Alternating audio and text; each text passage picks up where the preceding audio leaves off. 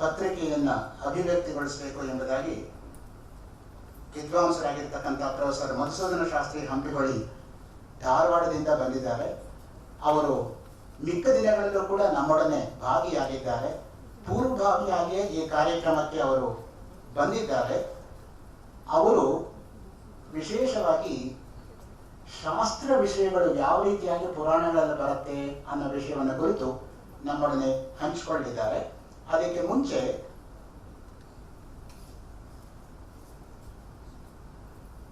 ನಮ್ಮ ಶ್ರೋತೃ ಬಾಂಧವರು ಒಂದು ಅಭಿಪ್ರಾಯವನ್ನು ಕಳಿಸ್ಕೊಟ್ಟಿದ್ದಾರೆ.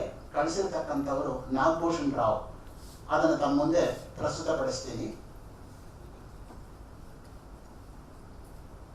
ತಿಮ್ಮ ಗುರುವಿನ ಮಾತಿನಂತೆ ತತ್ವಜ್ಞಾನವು ಮನುಷ್ಯ ಜೀವನವನ್ನ ಸಾರ್ಥಕತೆಗೆ ಕೊಂಡೊಯ್ಯುವ ರಾಜಮಾರ್ಗವಾಗಿದೆ. ಈ ಜ್ಞಾನ ಯಜ್ಞವನ್ನ ಮಾಡ್ತಾ ಇರತಕ್ಕಂತಹ ಭಾರತೀಯ ವಿದ್ಯಾಭವನ ಹಾಗೂ ಇಸ್ಕಾನ್ ಸಂಸ್ಥೆಯವರಿಗೆ ಶ್ರೋತೃಗಳಲ್ಲೊಬ್ಬರಾದಂತಹ ನಾನು ಮಾಡುತ್ತಿರುವ ಕೃತಜ್ಞತಾಪೂರ್ವಕ ನಮಸ್ಕಾರಗಳು. ಮುಂದಿನ ದಿನಗಳಲ್ಲಿ ಈ ರೀತಿಯ ಸಮಾವೇಶಗಳು ಯುವ ಜನರನ್ನು ಇನ್ನೂ ಹೆಚ್ಚಾಗಿ ಆಕರ್ಷಿಸಿದರೆ ಇದಕ್ಕೆ ಮತ್ತಷ್ಟು ಮೆರುಗು. ಈ ಸಂದರ್ಭದಲ್ಲಿ ಈ ಜ್ಞಾನ ಯಜ್ಞದಲ್ಲಿ ಸಂಪಾದಿಸಿದ ವಿಚಾರಗಳನ್ನು ಕಾರ್ಯರೂಪಕ್ಕೆ ತರುವ ಬಗ್ಗೆ ಚರ್ಚಿಸಿ ಪ್ರತಿಯೊಬ್ಬ ಶ್ರೋತೃವು ತನ್ನ ಕೈಲಾದ ಮಟ್ಟಿಗೆ ಯಾವುದಾದರೂ ಕಾರ್ಯಕ್ರಮವನ್ನು ಕೈಗೆತ್ತಿಕೊಂಡರೆ ಜ್ಞಾನ ಯಜ್ಞದ ಜೊತೆಗೆ ಕರ್ಮಯೋಗವೂ ಜೊತೆಗೆ ಸೇರಿ ಸಮಾಜಕ್ಕೆ ಹೆಚ್ಚಿನ ಉಪಯೋಗವಾಗಬಹುದು ಎಂದು ನನ್ನ ಸಲಹೆ. ಇಂಥ ವಿಚಾರಗೋಷ್ಠಿಗೆ ವಿಜ್ಞಾನಿಗಳು ಮತ್ತು ತತ್ವಜ್ಞಾನಿಗಳು ಸೇರಿದರೆ ಹೊಸ ಚಿಗುರು ಹಳೆಬೇರು ಕೂಡಿರಲು ಮರಸೊಬಗು ಎಂಬ ತಿಮ್ಮಗುರು ಹೇಳಿದಂತೆ ತಾತ್ವಿಕ ನೆಲೆಗಟ್ಟಿನಲ್ಲಿ ಕೈಗೊಳ್ಳುವ ಎಲ್ಲ ಕಾರ್ಯಗಳು ಕೂಡ ಕಲ್ಯಾಣವನ್ನು ಮಾಡಬಹುದು ಎಂದು ನನ್ನ ಅಭಿಪ್ರಾಯ. ಇದು ಶ್ರೋತೃಗಳ ಅಭಿಪ್ರಾಯ. ಈ ಅಭಿಪ್ರಾಯವನ್ನು ನಾವು ಸ್ವೀಕರಿಸ್ತೀವಿ. ನಮ್ಮ ಉದ್ದೇಶವೂ ಕೂಡ ಯುವ ಪೀಳಿಗೆಗೆ ಇದು ಮುಟ್ಟು ಹಾಗೆ ಮಾಡಬೇಕು ಎಂಬತಕ್ಕಂಥದ್ದೇ ಆಗಿದೆ. ಭಾರತೀಯ ವಿದ್ಯಾಭವನ ಮತ್ತು ಇಸ್ಕಾನ್ ಸಂಸ್ಥೆಯವರು 3 ವರ್ಷಗಳಿಂದ ಈ ಕಾರ್ಯಕ್ರಮವನ್ನು ಕೈಗೆತ್ತಿಕೊಂಡಿದ್ದಾರೆ. ಮೊದಲನೇ ವರ್ಷ 2013ರಲ್ಲಿ ವೇದಗಳನ್ನು ಕುರಿತು ಇದೇ ಒಂದು ಸಭಾಂಗಣದಲ್ಲಿ ಒಂದು ಸಪ್ತಾಹ ಕಾರ್ಯಕ್ರಮ ನೆರವೇರಿತು. ಅಲ್ಲಿ ವೇದ ಸಂವಾದ ಎಂಬತಕ್ಕಂತಹ ಶೀರ್ಷಿಕೆಯಡಿಯಲ್ಲಿ 62 ಪತ್ರಿಕೆಗಳು ಪ್ರಕಟ ಆಗಿದೆ. ಅದು ಪುಸ್ತಕ ರೂಪದಲ್ಲೂ ಲಭ್ಯ ಇದೆ ಮತ್ತು CD ರೂಪದಲ್ಲೂ ಕೂಡ ಬಿಡುಗಡೆ ಆಗಿದೆ.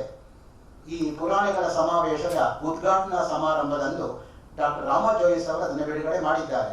ಅದನ್ನು ತಾವು ನೋಡಬಹುದು. ಅದರಲ್ಲಿ ಕೆಲವು ಪತ್ರಿಕೆಗಳು ಯುವ ಜನರಿಗೋಸ್ಕರವಾಗಿಯೇ ಮಾಡಿರ್ತಕ್ಕಂಥ ಇದಿದೆ.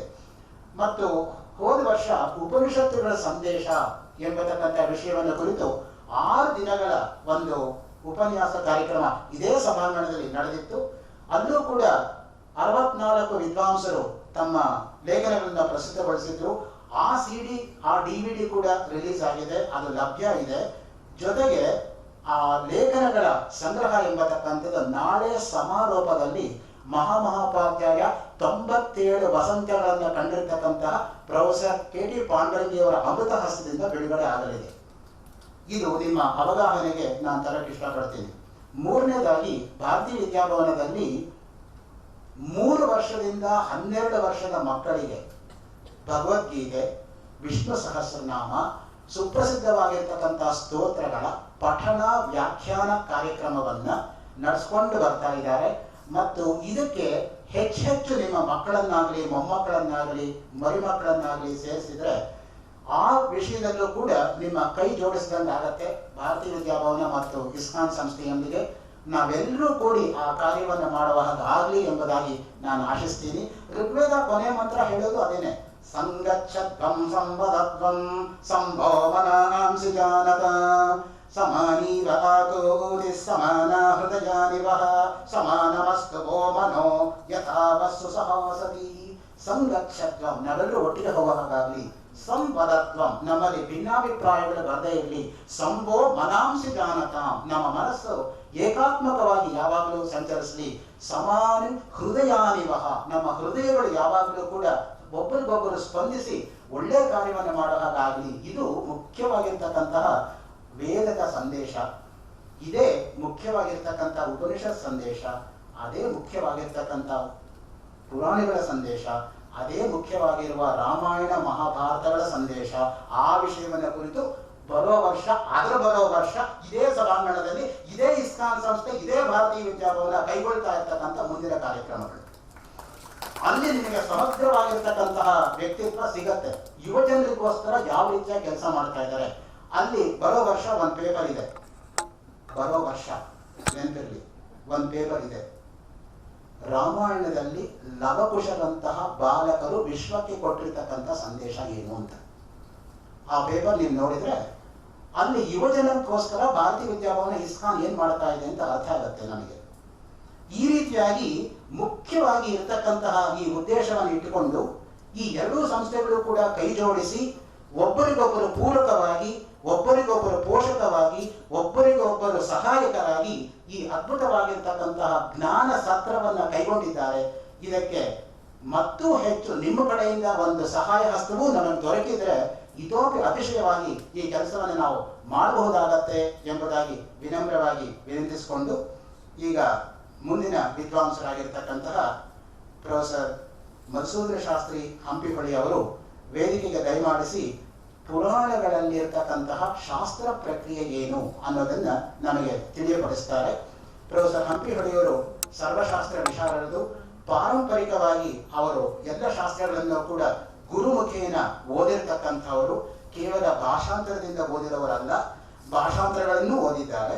ಅವರು ಸಂಸ್ಕೃತದಲ್ಲಿ MA ಪದವೀಧರರು.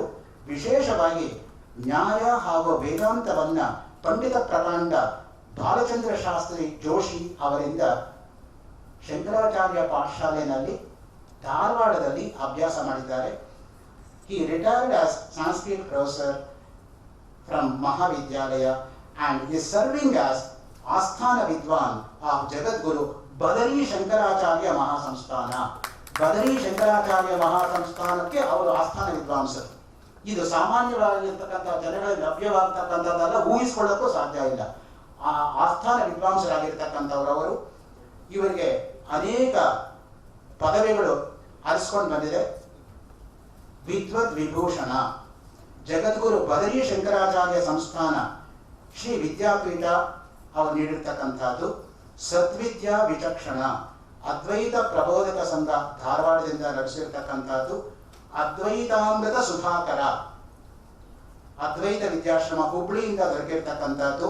ಬ್ರಹ್ಮಶ್ರೀ, ವಿದ್ಯಾಪ್ರದೀಪ, ವೇದಾಂತ ಶಾಸ್ತ್ರ ಪಂಡಿತ ಇತ್ಯಾದಿ ಇತ್ಯಾದಿ. ಹೀಗೆ ಅನೇಕ ಬಿರುದುಗಳನ್ನ ಹೊಂದಿರತಕ್ಕಂತಹ ಪೂಜ್ಯರು, ಹಿರಿಯರು, ಅನುಷ್ಠಾನ ಚಕ್ರವರ್ತಿಗಳು ಆಗಿರ್ತಕ್ಕಂತಹ ಮಧುಸೂದನ ಶಾಸ್ತ್ರಿ ಹಂಪಿಹೊಳಿ ಅವರು ಈಗ ಪುರಾಣಗಳಲ್ಲಿರ್ತಕ್ಕಂತಹ ಶಾಸ್ತ್ರ ಪ್ರಕ್ರಿಯೆ ಅನ್ನೋ ವಿಷಯವನ್ನ ಕುರಿತು ನಮಗೆ ಮಾಹಿತಿ ನೀಡಬೇಕು ಅಂತ ವಿನಯಪೂರ್ವಕವಾಗಿ ಕೇಳ್ಕೊತಾ ಇದ್ದೀನಿ.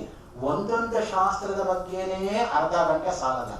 ಇನ್ನು ಎಲ್ಲಾ ಶಾಸ್ತ್ರಗಳನ್ನು ಅರ್ಧ ಗಂಟೆ ಹೇಳಬೇಕು ಅಂದ್ರೆ ಅದು ಕೇವಲ ಅವ್ರಿಗೆ ಮಾತ್ರ ಸಾಧ್ಯ ಅಷ್ಟೇ, ಇನ್ನು ಯಾರಿಗೂ ಸಾಧ್ಯ ಇಲ್ಲ. ಈಗ ಅವರು ಈ ಕಾರ್ಯಕ್ರಮವನ್ನು ನಡೆಸ್ಕೊಂಡಿದ್ದಾರೆ. ಪರಸ್ಪರ ತಪಸ್ಸಂಪತ್ ಫಲಾಯಿತ ಪರಸ್ಪರವು ಪ್ರಪಂಚ ಮಾತಾಪಿತರವು ಪ್ರಾಂಚೌ ಜಾಯಾಪತಿ ಸ್ತುಮ.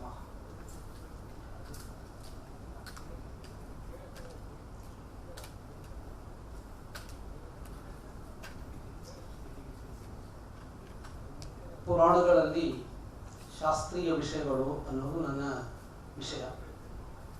My topic is Shastric elements in Purana. According to the suggestion of Dr. Anjanath, I prepared my paper in Kannada first. Then I have also prepared this English version of the same. I shall going to submit it at the end of my presentation.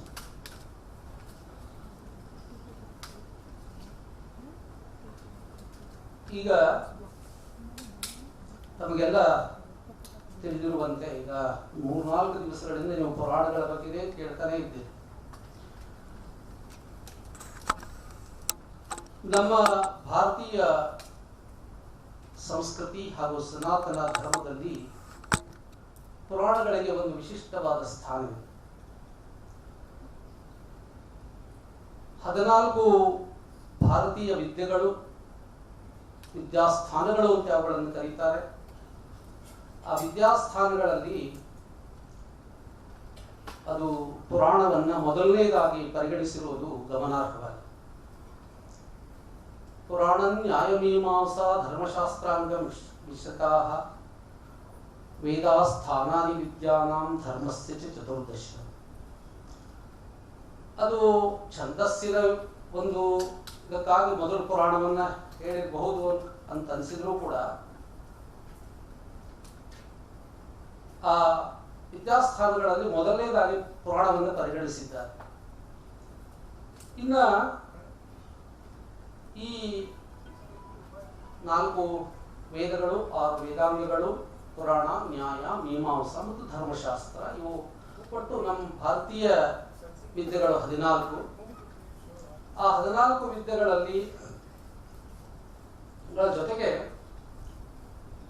Ayurveda, Dhanurveda, ಗಾಂಧರ್ವ ವೇದ ಮತ್ತು ಸ್ಥಾಪತ್ಯ ವೇದ, ಈ 4 ಕೂಡ ಅದರಲ್ಲಿ ಸೇರಿಸಿ ಒಟ್ಟು 18 ವಿದ್ಯೆಗಳು ಅಂತ ಹೇಳ್ತಾರೆ.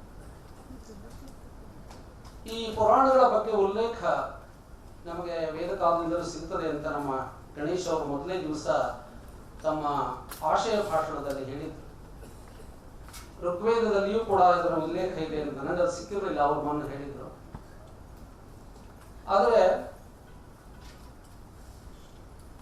ಋಕ್ಸಾಮ, ಯಜುಷಾಂ ಇತ್ಯಾದಿಗಳನ್ನ ಅಥರ್ವಣ ವೇದದಲ್ಲಿ ನನಗೂ ಮೊದಲು ಪುರಾಣದ ವೇದದಲ್ಲಿ ಸಿಕ್ಕಿರೋದು.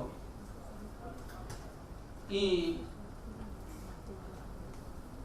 ಛಂದಸ್ಸುಗಳ ಜೊತೆಗೆ ಪುರಾಣವನ್ನು ಕೂಡ ಅಲ್ಲಿ ಪರಿಗಣನೆ ಮಾಡಿದ್ದಾರೆ. ಅದೇ ರೀತಿಯಾಗಿ ಅಥರ್ವಣ ವೇದದಲ್ಲಿ ಅದರ ಉಲ್ಲೇಖ ಇದೆ. ಮುಂದೆ ಬೃಹದಾರಣ್ಯಕೋಪನಿಷತ್ತಿನಲ್ಲಿಯೂ ಕೂಡ ಯಸ್ಯ ವಿಶಿಷ್ಟತಿಕಂ ವೇದಾಹ ಇತ್ಯಾದಿಗಳನ್ನು ಹೇಳುವಂತಹ ಸಂದರ್ಭದಲ್ಲಿ ಋಗ್ವೇದೋ, ಯಜುರ್ವೇದೋ, ಸಾಮವೇದೋ, ಅಥರ್ವಾಂಗಿರಸ ಇತಿಹಾಸ ಪುರಾಣಂ ಅಂತ ಅಲ್ಲಿ ಕೂಡ ಪರಿಗಣನೆ ಮಾಡಿದ್ದಾರೆ. ಛಾಂದೋಗ್ಯೋಪನಿಷತ್ತಲ್ಲಿ ಋಗ್ವೇದಂ ಭಗವೋದ್ದೇವಿ, ಸಾಮವೇದಂ ಅಥರ್ವಾಂಗಿರಸಂ ಇತಿಹಾಸ ಪುರಾಣಂ ಇತ್ಯಾದಿಗಳನ್ನು ಹೇಳುವಂತೆಯೂ ಕೂಡ ಪುರಾಣಗಳಿಗೂ ಕೂಡ ವೇದಗಳಷ್ಟೇ ಪ್ರಾಮಾಣ್ಯವನ್ನು ಹೇಳಿದ್ದಾರೆ. ಅದರ ಮುಂದೆ ನಮಗೆ ವಾತ್ಸ್ಯಾಯನ ಭಾಷ್ಯ ಇದೆ ನ್ಯಾಯ ಸೂತ್ರಕ್ಕೆ. ಈ ಗೌತಮರ ನ್ಯಾಯಸೂತ್ರಗಳಿಗಿರುವಂತಹ ವ್ಯಾಖ್ಯಾನದಲ್ಲಿ ಕೂಡ ಇತಿಹಾಸ ಪುರಾಣಂ ಪಂಚಮೋ ವೇದಾನಾಂ ವೇದ ಅಂತ ತಿಳ್ಕೊಂಡು ಅಲ್ಲಿಯೂ ಕೂಡ ಅದನ್ನ 5ನೇ ವೇದ ಅಂತ ಪರಿಗಣನೆ ಮಾಡಿದ್ದಾರೆ. ಇತಿಹಾಸ ಪುರಾಣಂಚ ಪಂಚಮೋ ವೇದ ಉಚ್ಯತೆ ಅಂತ ಶ್ರೀಮದ್ ಭಾಗವತವೂ ಕೂಡ ಅದನ್ನೇ ಹೇಳುತ್ತೆ. ಹೀಗೆ ಪುರಾಣಗಳ ಪ್ರಾಶಸ್ತ್ಯವನ್ನ ಎಲ್ಲೆಲ್ಲೂ ಕಾಣಬಹುದು. ಹಾಗಾದ್ರೆ ಈ ಪುರಾಣಗಳು ಏನನ್ನ ನಮಗೆ ತಿಳಿಸ್ತವೆ ಅಂತ ತಿಳ್ಕೊಂಡ್ರೆ, ವೇದಗಳಲ್ಲಿ ಹೇಳಿರುವಂತಹ ವಿಷಯಗಳನ್ನೇ ಸಾಮಾನ್ಯ ಜನರಿಗೂ ತಿಳಿಯುವಂತೆ ಸುಲಭವಾಗಿರುವಂತಹ ಭಾಷೆಯಲ್ಲಿ, ಸುಲಭವಾಗಿರುವಂತಹ ಮನಮೋಹಕವಾಗಿರುವಂತಹ ಶೈಲಿಯಲ್ಲಿ ಉಪದೇಶ ಮಾಡಿ. ಅದರಿಂದಲೇ ಸಾಹಿತ್ಯ ಶಾಸ್ತ್ರದಲ್ಲಿ ಇದಕ್ಕೆ ಬೃಹತ್ ಸಂಹಿತ ಅಂತ ತಿಳ್ಕೊಂಡಿದೆ. ಅಂದ್ರೆ ವೇದಗಳು ನಮಗೆ ರಾಜನಂತೆ ಕಟ್ಟಳೆಯನ್ನು ವಿಧಿಸಿ ಉಪದೇಶ ಮಾಡ್ತವೆ, ಹೀಗೆ ಮಾಡುವಂತ. ಆದ್ರೆ ಪುರಾಣಗಳು ಏನ್ ಮಾಡ್ತೇವೆ ಅಂದ್ರೆ, ಒಬ್ಬ ಗೆಳೆಯನಿಗೆ ಯಾವ ರೀತಿಯಾಗಿ ಉಪದೇಶ ಮಾಡಬೇಕು ಆ ರೀತಿಯಾಗಿ ಉಪದೇಶವನ್ನು ಮಾಡೋದ್ರಿಂದ ಇವುಗಳಿಗೆ ಬೃಹತ್ ಸಂಹಿತ ಅಂತ ತಿಳ್ಕೊಳ್ತೇವೆ. ಇನ್ನೊಂದು ಕಾಂತಾ ಸಂಹಿತ ಅದೇ ಮುಂದಿನ ವರ್ಷ ಆ ವಿಷಯವನ್ನು ತಗೊಳ್ಳೋರಿದ್ದಾರೆ ಮಹಾಕಾವ್ಯದಲ್ಲಿ ಇರಲಿ. ಹೀಗೆ ಈ ಪುರಾಪಿ ನವಂ, ಹಳೆಯದಾಗಿದ್ರೂ ಕೂಡ ಹೊಸ ಹೊಸ ವಿಷಯಗಳನ್ನು ತಿಳಿಸುವಂತಹದಕ್ಕೆ ಪುರಾಣ ಅಂತ ಕರೀತಾರೆ. ನಿರುಕ್ತ ಇದರ ವ್ಯಾಖ್ಯಾನವನ್ನು ಹೇಳ್ತದೆ, ಪುರಾಣಂ ಆಖ್ಯಾನಂ ಪುರಾಣಂ ಅಂತ. ಹಳೆಯದಾಗಿರುವಂತಹ ಕಥಾನಕಗಳಿಗೆ ಪುರಾಣ ಅಂತ ಹೇಳಬೇಕು ಅಂತ. ಸ್ಮಿನ್ ಪುರಾ ಹ್ಯನತೀತಿ ತಸ್ಮಾತ್ ತದುಚ್ಯತೆ ನಿರುಕ್ತಮಸ್ಯ ಯೋ ವೇದ ಸರ್ವಪಾಪೈ ಪ್ರಮುಚ್ಯತೆ ಅಂತ ತಿಳ್ಕೊಂಡು ಅಲ್ಲಿ ಈ ಪುರಾಣದಲ್ಲಿಯೇ ಇದರ ವ್ಯಾಖ್ಯಾನವನ್ನು ಮಾಡಿದ್ದಾರೆ, ವಾಯು ಪುರಾಣದಲ್ಲಿ. ಇದರಿಂದ ಇಂಥ ಒಂದು ಯಾವ ಅದು ಹಳೆಯ ಕಾಲದಲ್ಲಿಯೇ ರಚನೆ ಆಗಿದ್ರೂ ಕೂಡ ಇಂದಿಗೂ ಪ್ರಸ್ತುತವಾಗಿರುವಂತಹ ವಿಷಯಗಳನ್ನ ಹೇಳ್ತಾ ರೋಚಕ ಕಥಾನಕಗಳ ಮೂಲಕವಾಗಿ ಜನಮಾನಸದಲ್ಲಿ ಚಿರಂತನವಾಗಿ ನಿಂತಿರುವಂತಹ ಗ್ರಂಥಗಳೇ ಅವಿಯೋ ಅವುಗಳಿಗೆ ಪುರಾಣಗಳು. ಪುರಾಣಗಳಲ್ಲಿ ಮೊದಲೇ ದಿವಸ ನಮ್ಮ ಗಣೇಶ್ವರ ಹೇಳಿದಾಗ ಪುರಾಣದ ಮುಖ್ಯವಾಗಿರುವಂತಹ 5 ಲಕ್ಷಣಗಳಿವೆ.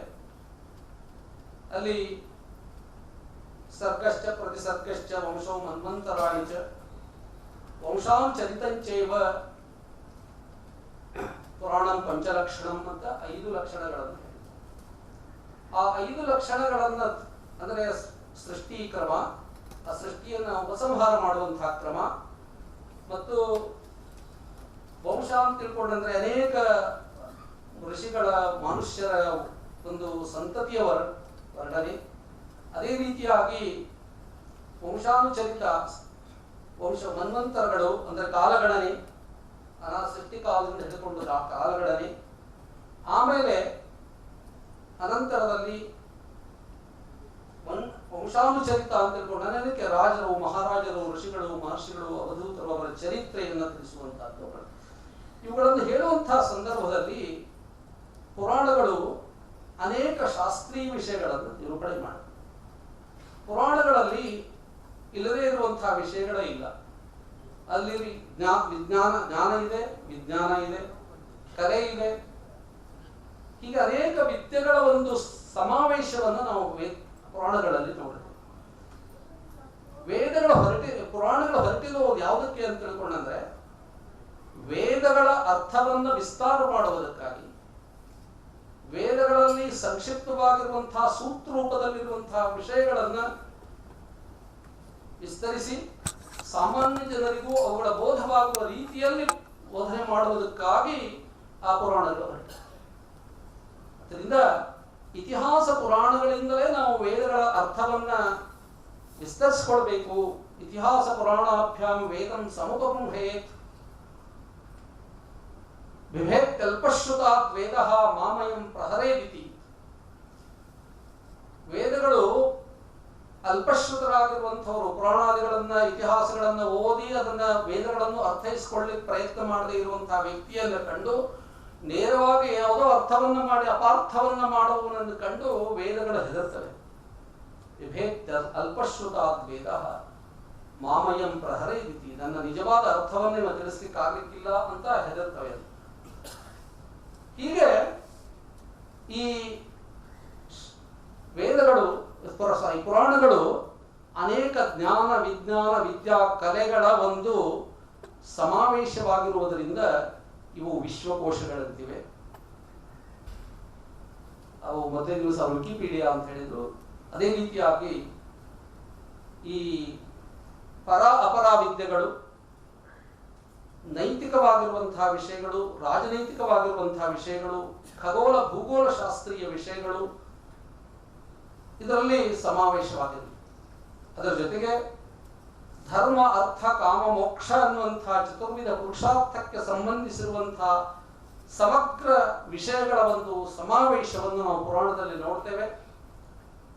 ಅದರಿಂದ ಇವು ವಿಶ್ವಕೋಶಗಳಂತಿವೆ. ಆಗ್ನೇಯ ಪುರಾಣದಲ್ಲಿ ಅಂತೂ ಆಗ್ನೇಹಿ ಪುರಾಣೇಸ್ಮಿನ್ ಸರ್ವಾ ವಿದ್ಯಾ ಪ್ರಕಾಶಿತ, ಎಲ್ಲ ವಿದ್ಯೆಗಳು ಇದರಲ್ಲಿ ಪ್ರಕಾಶಿತವಾಗಿವೆ ಅಂತ ತಿಳ್ಕೊಂಡು ಅಗ್ನಿ ಪುರಾಣದ ಕೊನೆಯಲ್ಲಿ ಬರ್ತದೆ. ಅದಕ್ಕಾಗಿ ಅದರಲ್ಲಿ ಇಲ್ಲದೆ ಇರುವಂತಹ ವಿಷಯವೇ ಇಲ್ಲ. ಆಯುರ್ವೇದ ಇದೆ, ಧನುರ್ವೇದ ಇದೆ, ಇದೆಲ್ಲ ಮುಂದೆ ನೋಡೋಣ. ಹೀಗೆ ಅದರಲ್ಲಿ ಎಲ್ಲಾ ವಿಷಯಗಳ ಸಮಾವೇಶ ಇರುವುದರಿಂದ ಅವು ವಿಶ್ವಕೋಶಗಳು. ಆ ವಿಶ್ವಕೋಶಗಳ, ಆಧುನಿಕ ವಿಶ್ವಕೋಶಗಳ ನಿರ್ಮಾಣಕ್ಕೆ ಇವು ಪ್ರೇರಕವಾಗಿದೆ ಅಂತ ಹೇಳಿದ್ರೆ ಅತಿಶಯೋಕ್ತಿ ಆಗೋದಿಲ್ಲ ಅಂತ ಇರಲಿ. ಹಾಗಾದ್ರೆ ಇದರಲ್ಲಿ ಈಗ ಈ ವಿಷಯಗಳನ್ನೆಲ್ಲ ಹೇಳುವಾಗ ಅನೇಕ ಜನರು ಈಗಾಗಲೇ ಮೊದಲೇ ಅನೇಕ ಶಾಸ್ತ್ರೀಯ ವಿಷಯಗಳನ್ನು ತಮ್ಮ ಮುಂದೆ ಪ್ರಸ್ತುತಪಡಿಸಿಬಿಟ್ಟಿದ್ದಾರೆ. ಕೊನೆಗೆ ಮಾತಾಡೋರಿಗೆ ಬಹಳ ಕಷ್ಟ, ಏನು ವಿಷಯ ಉಳಿದಿರೋದಿಲ್ಲ. ಆದರೂ ಕೂಡ ನನ್ನ ಒಂದು ವಿಷಯ ನಾನು ಯಾವುದನ್ನ ನಾನು ಮುಖ್ಯವಾಗಿ ಇಟ್ಕೊಂಡಿದ್ದೇನೆ ಅಂದ್ರೆ, ಶಾಸ್ತ್ರ ಶಬ್ದಕ್ಕೆ ಶಂಕರ ಭಗವತ್ಪಾದಾಚಾರ್ಯರು ಶಾಸ್ತ್ರಯೋನಿತ್ವಾಧಿಕರಣದಲ್ಲಿ ಒಂದು ಅರ್ಥವನ್ನು ಮಾಡಿದ್ದಾರೆ. ಶಾಸ್ತ್ರಸ್ಯ ಯೋನಿ ಅಂತ ಹೇಳುವಲ್ಲಿ ಮಹತಃ ಋಗ್ವೇದಾದಿ ಶಾಸ್ತ್ರಸ್ಯ ಅನೇಕ ವಿದ್ಯಾಸ್ಥಾನೋಪಬೃಂಹಿತಸ್ಯ ಅಂತ ತಿಳ್ಕೊಂಡು ಅರ್ಥ ಮಾಡಿ. ಅನೇಕ ವಿದ್ಯಾಸ್ಥಾನಗಳಿಂದ ಅವು ಉಪಬೃಂಹಿತವಾಗಿರುವಂತಹ ಋಗ್ವೇದ ಮೊದಲಾದವುಗಳೇನಿವೆ ಅವುಗಳನ್ನೇ ಶಾಸ್ತ್ರಗಳು ಅಂತ ಹೇಳಬೇಕು ಅಂತ. ಅದು ನಿಜವಾಗ್ಲೂ ವೇದಗಳು, ಆದರೆ ಅವುಗಳನ್ನು ಶಾಸ್ತ್ರ ಅಂತಲೇ ಅಲ್ಲಿ ಅರ್ಥ ಮಾಡಿದ್ದ. ಅದರಿಂದ ವೇದಗಳು, ವೇದಾಂಗಗಳು, ಧರ್ಮಶಾಸ್ತ್ರ ಸ್ಮೃತಿಗಳು ಮತ್ತು ದರ್ಶನಶಾಸ್ತ್ರ ಇವುಗಳೆಲ್ಲವೂ ಕೂಡ ಈ ವೇದ ಶಾಸ್ತ್ರ ಅನ್ನುವ ಒಂದು ವ್ಯಾಖ್ಯಾನದ ಅಡಿಯಲ್ಲಿ ಬರುತ್ತೆ. ಅದರಿಂದ ಈ ಇನ್ನೊಂದು ಶಾಸ್ತ್ರ ಶಬ್ದಕ್ಕೆ ಅರ್ಥ ಏನು ಅಂದರೆ ಶಾಸನ ತ್ರಾಯತ ಇತಿ ಶಾಸ್ತ್ರ.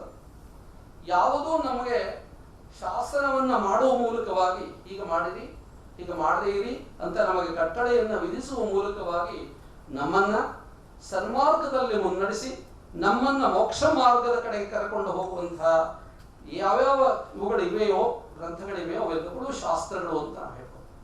ಅದರಿಂದ ಇಲ್ಲಿ ನಾನು ಈ ವೇದ ಮತ್ತು ವೇದಾಂಗ, ಉಪವೇದಗಳು ಮತ್ತು ದರ್ಶನಶಾಸ್ತ್ರೀಯ ವಿಷಯಗಳು ಯಾವ ರೀತಿಯಾಗಿ ಪುರಾಣಗಳಲ್ಲಿ ಬಂದಿವೆ ಅನ್ನೋದನ್ನು ಮುಖ್ಯವಾಗಿ ಇವತ್ತು ನಮ್ಮ ಈ ಒಂದು ಪ್ರಬಂಧದ ಮೂಲಕವಾಗಿ ನಾನು ತಿಳಿಸಲಿಕ್ಕೆ ಇಚ್ಛಪಡ್ತೇನೆ. ತಮಗೆಲ್ಲ ಗೊತ್ತಿರುವಂತೆ ಈ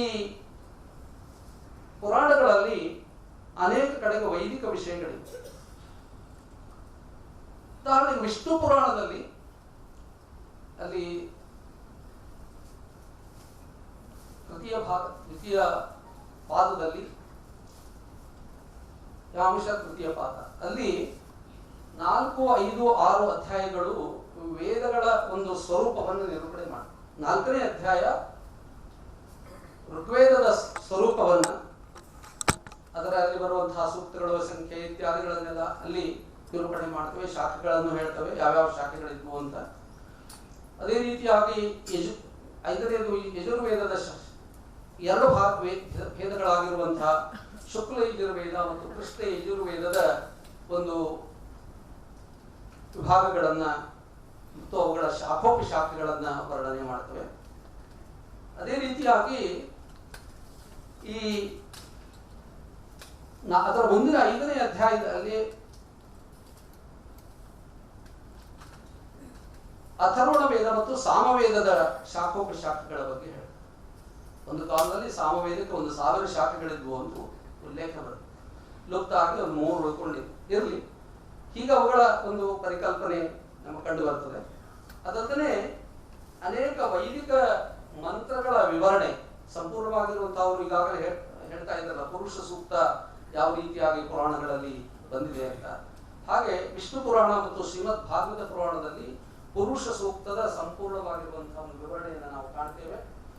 ಅದೇ ರೀತಿಯಾಗಿ ಈ ನಾವು ಈ ವಿಷ್ಣು ಸೂಕ್ತದ ಮೊದಲನೆಯ ಒಂದು ಮಂತ್ರ ಏನಿದೆ, ವಿಷ್ಣೋರ್ಲುಕಂ ಅನ್ನುವಂಥದ್ದು, ಇದು ನಮಗೆ ಶ್ರೀಮದ್ ಭಾಗವತದ 2ನೇ ಸ್ಕಂದದ 7ನೇ ಅಧ್ಯಾಯದ 40ನೇ ಶ್ಲೋಕದಲ್ಲಿ ಅದರ ವಿವರಣೆ ನಮಗೆ ಕಂಡು ಬರುತ್ತದೆ. ಅದೇ ರೀತಿಯಾಗಿ ನಮಗೆ ಈ ಈಶಾವಾಸ್ಯೋಪನಿಷತ್ತಿನ ಮೊದಲನೇ ಮಂತ್ರವಾಗಿರುವಂತಹದ್ದು, ಈಶಾವಾಸ್ಯೋಪನಿಷತ್ತಿನ ಮೊದಲನೇ ಮಂತ್ರ 8ನೇ ಸ್ಕಂದದ 1ನೇ ಅಧ್ಯಾಯದ 16ನೇ ಶ್ಲೋಕದ ವ್ಯಾಖ್ಯಾನ ಇದೆ. ಅದೇ ರೀತಿಯಾಗಿ ದ್ವಾಸುಪರ್ಣ ಅನ್ನುವಂಥದ್ದು ಏನೊಂದು ಮಂತ್ರ ಇದೆ, ಆ ಮಂತ್ರದ ವಿವರಣೆ 11ನೆಯ ಸ್ಕಂದದ 11ನೆಯ ಅಧ್ಯಾಯದ 6ನೆಯ ಶ್ಲೋಕದಲ್ಲಿ ನಮಗೆ ಕಂಡು. ಅದೇ ರೀತಿಯಾಗಿ ಈ ಚತ್ವಾರ ಶೃಂಗ ಅನ್ನುವಂತಹ ವೈದಿಕ ಮಂತ್ರದ ವಿವರಣೆ 8ನೇ ಸ್ಕಂದದ 16ನೆಯ ಅಧ್ಯಾಯದ 31ನೆಯ ಶ್ಲೋಕದಲ್ಲಿ ಅದರ ವಿವರಣೆ ವ್ಯಾಖ್ಯಾನ ನಮಗೆ ಕಂಡು ಬರ್ತದೆ. ಹೀಗೆ ಇದಲ್ಲದೆ ಅಗ್ನಿ ಪುರಾಣದಲ್ಲಿ 459ನೇ ಅಧ್ಯಾಯದಿಂದ 59, 60, 61, 62 ಈ ಅಧ್ಯಾಯಗಳಲ್ಲಿ ಋಗ್ವಿಧಾನ, ಯಜುರ್ವಿಧಾನ, ಸಾಮವಿಧಾನ, ಅಥರ್ವ ವಿಧಾನ ಅಂತ 4 ವೇದಗಳಲ್ಲಿ ಬಗ್ಗೆ, ಅಂದರೆ ಈ ವಿಧಾನ ಅಂದ್ರೆ ಏನು ಅಂತ ಮೊದಲು ನಾವು ಒಂದು ಮಾತನ್ನು ತಿಳ್ಕೊಳ್ಳೋಣ.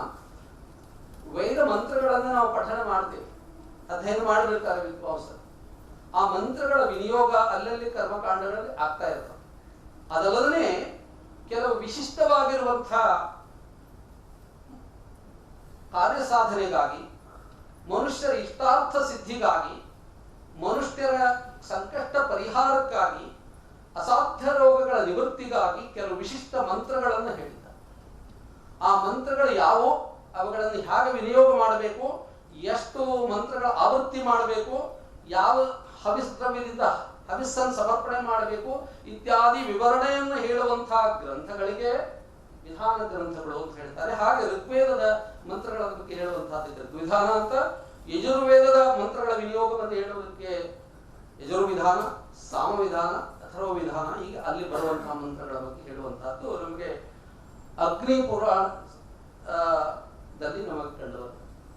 ಅದೇ ರೀತಿಯಾಗಿ ಬೇರೆ ಬೇರೆ ಮತ್ಸ್ಯ ಮತ್ತು ಕೂರ್ಮ ಇತ್ಯಾದಿ ಮತ್ಸ್ಯ ಪುರಾಣ ಇತ್ಯಾದಿ, ಗರುಡ ಪುರಾಣ ಇತ್ಯಾದಿಗಳಲ್ಲಿ ಅನೇಕ ಕರ್ಮಕಾಂಡಕ್ಕೆ ಸಂಬಂಧಿಸಿರುವಂತಹ ಮಂತ್ರಗಳ ವಿವರಣೆ, ಸೂಕ್ತಗಳ ಒಂದು ವಿವರಣೆ ಇರುವುದು ನಮಗೆ ಕಂಡು ಬರ್ತದೆ. ಇನ್ನು ನಾವು ಉಪವೇದಗಳ ಬಗ್ಗೆ ಸ್ವಲ್ಪ ತಿಳ್ಕೊಳ್ಳೋಣ. ಉಪವೇದ ಸಾಮಾನ್ಯವಾಗಿ ಉಪವೇದಗಳಲ್ಲಿ ಆಯುರ್ವೇದದ ಬಗ್ಗೆ ಯಾರು ಮಾತಾಡಿದ್ರು ಈಗಾಗಲೇ.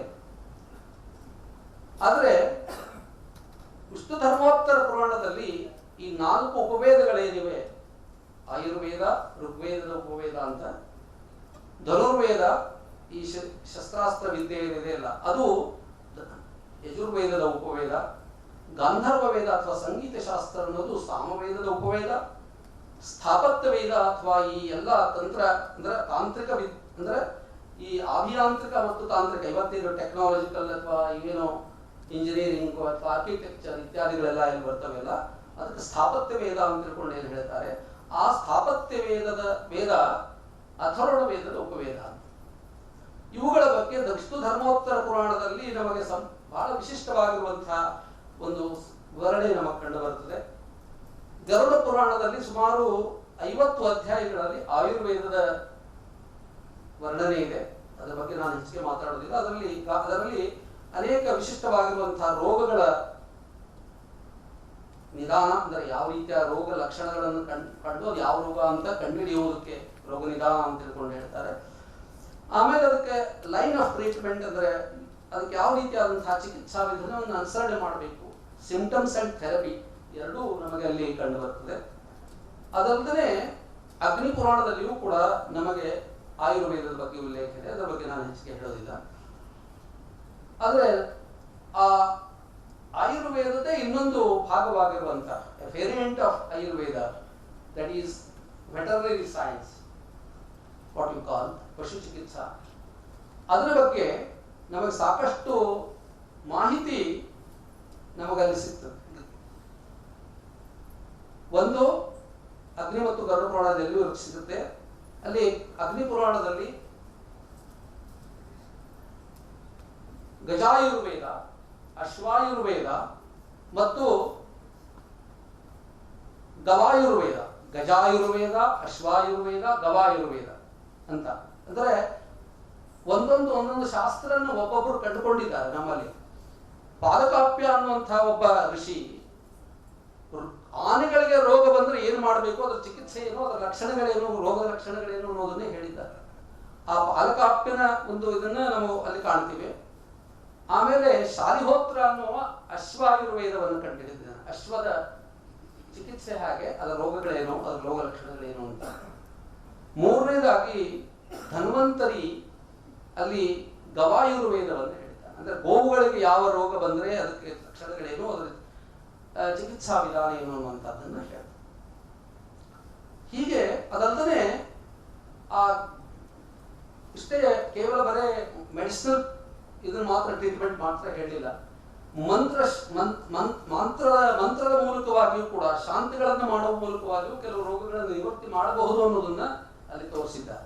ಅದಲ್ಲದೆ ಗೋ ಸಂಪತ್ತಿನ ಅಭಿವೃದ್ಧಿ ಆಗಬೇಕು, ರಾಜನಿಗೆ ಅಶ್ವ ಸಂಪತ್ತಿನ ಅಭಿವೃದ್ಧಿ ಆಗಬೇಕು ಅಂದ್ರೆ ಯಾವ ಮಂತ್ರಗಳನ್ನು ಪಠಿಸಬೇಕು, ಯಾವ ಶಾಂತಿ ವಿಧಾನಗಳನ್ನು ಮಾಡಬೇಕು ಅನ್ನೋದು ಅದರ ವರ್ಣನೆಯೂ ಕೂಡ ಇದೆ.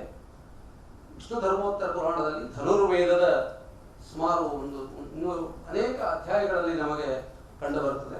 ಅದರ ಜೊತೆಗೆ ಈ ಸ್ಥಾಪತ್ಯ ವೇದದ ಬಗ್ಗೆಯೂ ಕೂಡ ಸಾಕಷ್ಟು ವಿವರಣೆ ನಮಗೆ ಕಂಡು ಬರ್ತದೆ.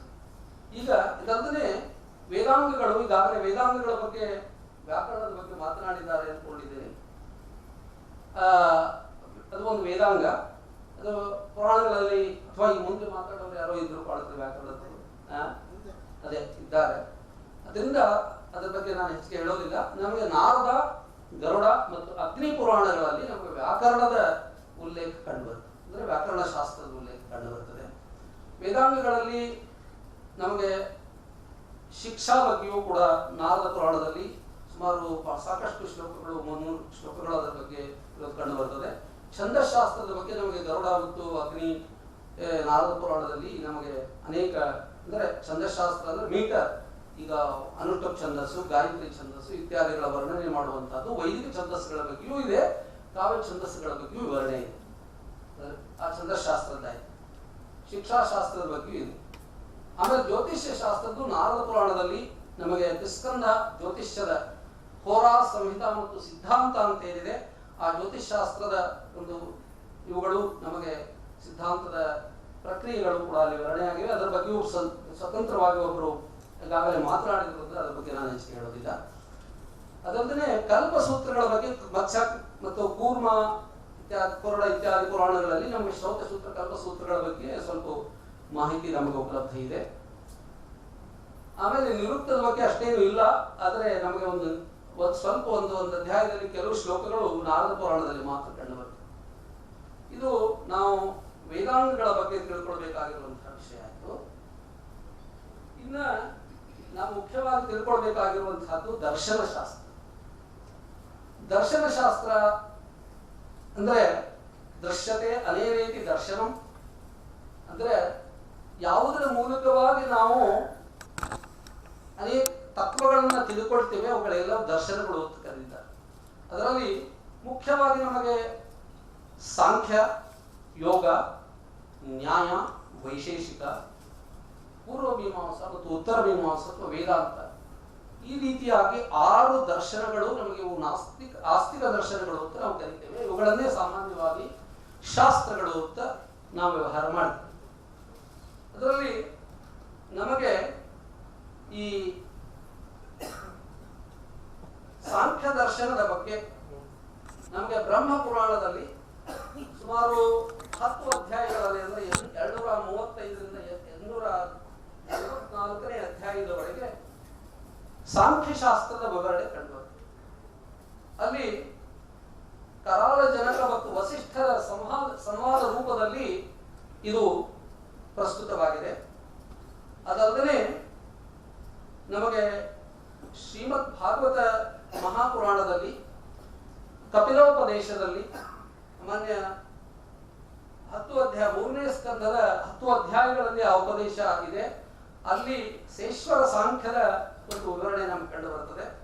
ಅದೇ ರೀತಿಯಾಗಿ ನಮಗೆ ಕೂರ್ಮ ಪುರಾಣದ ಉತ್ತರಾರ್ಧದ 7 ಮತ್ತು 8ನೇ ಅಧ್ಯಾಯಗಳಲ್ಲಿ ನಮಗೆ ಸಾಂಖ್ಯ ದರ್ಶನದ ಸಿದ್ಧಾಂತಗಳ ನಿರೂಪಣೆ ಕಂಡು ಬರ್ತದೆ.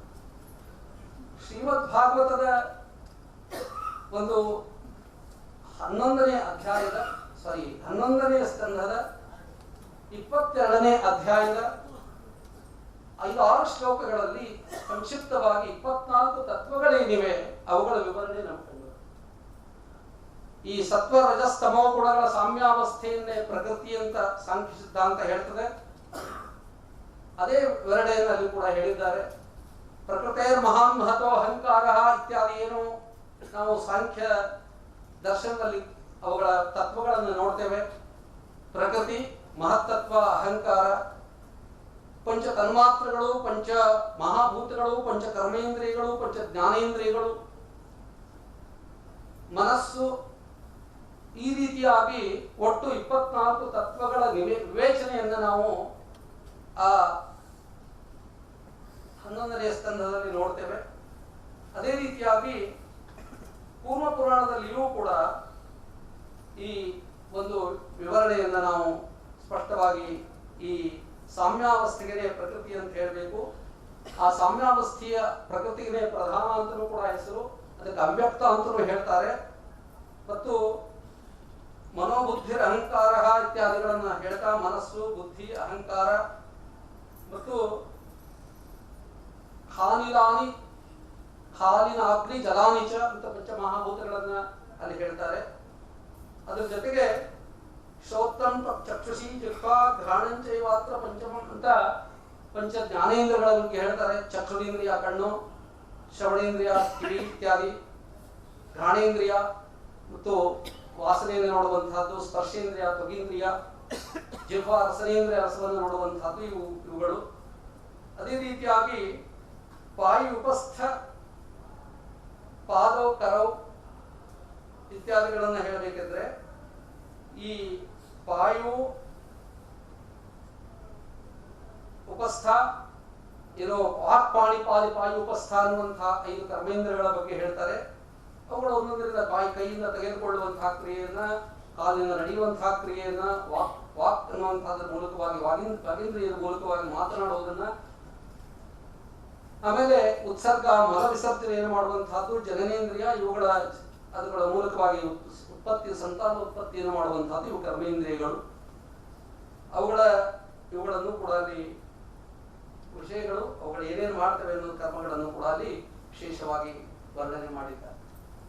ಹೀಗೆ ಪಂಚ ಜ್ಞಾನೇಂದ್ರಿಯಗಳು, ಪಂಚ ಕರ್ಮೇಂದ್ರಿಯಗಳು, ಪಂಚ ಕರ್ಮಾತ್ರಗಳು, ಪಂಚ ಮಹಾಭೂತಗಳು ಈ 20 ಮನಸ್ಸು, ಬುದ್ಧಿ, ಅಹಂಕಾರ ಮತ್ತು ಪ್ರಕೃತಿ ಈ ರೀತಿಯಾಗಿ ಪುರುಷ 24 ತತ್ವಗಳಾಗ್ತವೆ. ಆ 24 ತತ್ವಗಳ ಒಂದು ಸಮಗ್ರವಾದ ವಿವರಣೆ ನಮಗೆ ಪೂರ್ವ ಪುರಾಣದಲ್ಲಿ ಮತ್ತು ಭಾಗವತ್ ಪುರಾಣದಲ್ಲಿ ಕಂಡುಬರ್ತದೆ.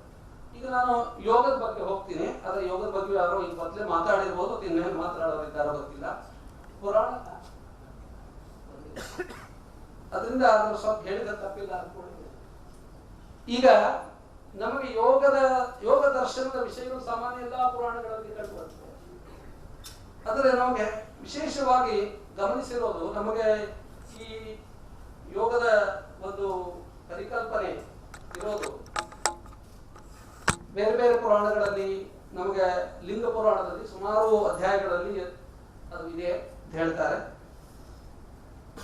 ಅದು ನನಗೆ ನೋಡ್ಲಿಕ್ಕೆ ಸಿಕ್ಕಿಲ್ಲ. ನನಗೆ ಎಲ್ಲಿ ಸಿಕ್ಕಿಲ್ಲ ಆ ವಿಷಯಗಳನ್ನು ನಾನೀಗ ತಮ್ಮ ಮುಂದೆ ನಿರೂಪಣೆ ಮಾಡ್ತೀನಿ. ಯೋಗ ಇದು ಅಗ್ನಿ ಪುರಾಣದಲ್ಲಿ ನಮಗೆ ಕೊನೆಯ ಅಧ್ಯಾಯಗಳಲ್ಲಿ 372ರಿಂದ 72ರಲ್ಲಿ ನಮಗೆ ಯೋಗ ಅಂದ್ರೆ ಏನು ಅಂತ ಅದರ ಲಕ್ಷಣ, ಆಮೇಲೆ ಅದರ ಅಂಗಗಳಾಗಿರುವಂತಹ ಯಮ ನಿಯಮಗಳ ಬಗ್ಗೆ ಇವುಗಳ ಲಕ್ಷಣ ಏನು ಅನ್ನೋದನ್ನ ಮೊದಲನೇದರಲ್ಲಿ. 2ನೇ ಅಧ್ಯಾಯದಲ್ಲಿ ಆಸನ ಪ್ರಾಣಾಯಾಮ ಪ್ರತ್ಯಾಹಾರದ ಬಗ್ಗೆ 73ರಲ್ಲಿ, 74ರಲ್ಲಿ ಧ್ಯಾನದ ಬಗ್ಗೆ, 75ರಲ್ಲಿ ಧಾರಣ ಬಗ್ಗೆ, 76ನೇ ಅಧ್ಯಾಯದಲ್ಲಿ ಸಮಾಧಿ ಏನು ಅಷ್ಟಾಂಗ ಯೋಗಗಳಿವೆ. ಯಮ ನಿಯಮ, ಪ್ರಾಣಾಯಾಮ, ಪ್ರತ್ಯಾಹಾರ, ಧಾರಣ, ಧ್ಯಾನ, ಸಮಾಧಿ ಎನ್ನುವಂತಹ ಏನು ಅಂಗಗಳಿವೆ ಅವುಗಳ ಬಗ್ಗೆ ಒಂದು ವಿವರಣೆಯನ್ನು ನಾವು ನೋಡ್ತೀವಿ.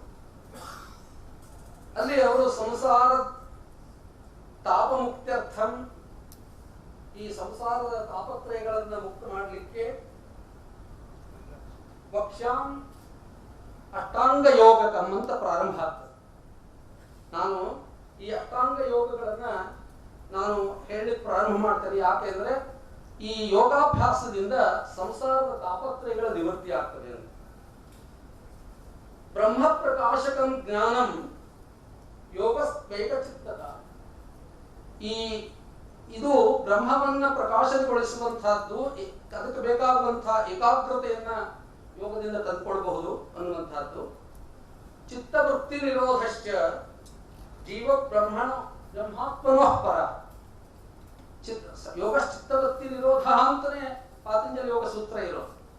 ಅದರಿಂದ ಚಿತ್ತವೃತ್ತಿ ನಿರೋಧಶ್ಚ, ಚಿತ್ತವೃತ್ತಿಯನ್ನು ನಿರೋಧ ಮಾಡುವ ಮೂಲಕವಾಗಿ ಮನಸ್ಸು ತನ್ನ ವೃತ್ತಿಗಳ ಮೂಲಕವಾಗಿ ಬಾಹ್ಯವಾಗಿ ಹೋಗ್ತಾನೆ ಇರ್ತದೆ. ಅದನ್ನ ನಿಗ್ರಹ ಮಾಡುವಂತಹ ಒಂದು ವಿಧಾನ ಏನಿದೆ ಅದಕ್ಕೆ ನಾವು ಯೋಗ ಅಂತ ಕರಿತೇವೆ. ಅದು ಜೀವಾತ್ಮನನ್ನ ಪರಮಾತ್ಮನೊಂದಿಗೆ ಜೋಡಿಸುವಂತಹ ಒಂದು ಕಾರ್ಯವನ್ನ ಮಾಡ್ತದೆ ಎನ್ನುವಂತಹ ಮಾತನ್ನ ಅಲ್ಲಿ ಹೇಳಿದ್ರ ಜೊತೆಗೆ ಆಸನ ಇದರ ಬಗ್ಗೆ ಹೇಳುವಂತಹ ಸಂದರ್ಭದಲ್ಲಿ ಅಲ್ಲಿ ಯಮಗಳ ಮತ್ತು ನಿಯಮಗಳನ್ನು ಕೂಡ ಹೇಳ್ತಾರೆ. ಯಮ ನಿಯಮಗಳು ಅಹಿಂಸಾ ಸತ್ಯಮಸ್ತೇಯಂ ಬ್ರಹ್ಮಚರ್ಯ ಪರಿಗ್ರಹೋ ಯಮ ಪಂಚದ್ವಿಜಾ ಪ್ರೋಕ್ತಾಃ ನಿಯಮ ಭುಕ್ತಿಮುಕ್ತಿದಾಃ.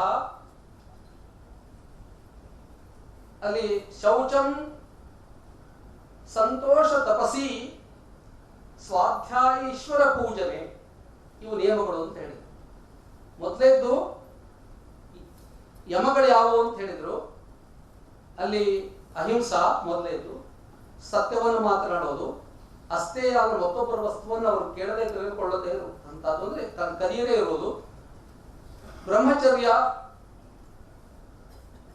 ಪಾಲನೆ ಮಾಡುವಂತಹದ್ದು. ಅದರಲ್ಲಿ ನೈಷ್ಠಿಕ ಬ್ರಹ್ಮಚರ್ಯ ಇದೆ, ವೈವಾಹಿಕ ಬ್ರಹ್ಮಚರ್ಯವೂ ಇದೆ. ಇದೆಲ್ಲ ಒಟ್ಟು ಅನ್ಯಾಯದಿಂದ ಯಾವುದೇ ರೀತಿಯಾಗಿರುವಂತಹ ಈ ರೀತಿಯಾದ ಕೆಲಸಗಳನ್ನು ಮಾಡಬಾರದು ಅನ್ನೋದೆಲ್ಲ ಬ್ರಹ್ಮಚರ್ಯದಲ್ಲಿ ಬರ್ತದೆ. ಅಪರಿಗ್ರಹ ಅಂದ್ರೆ ಸಂಗ್ರಹ ಬುದ್ಧಿಯನ್ನು ಬಿಡೋದು.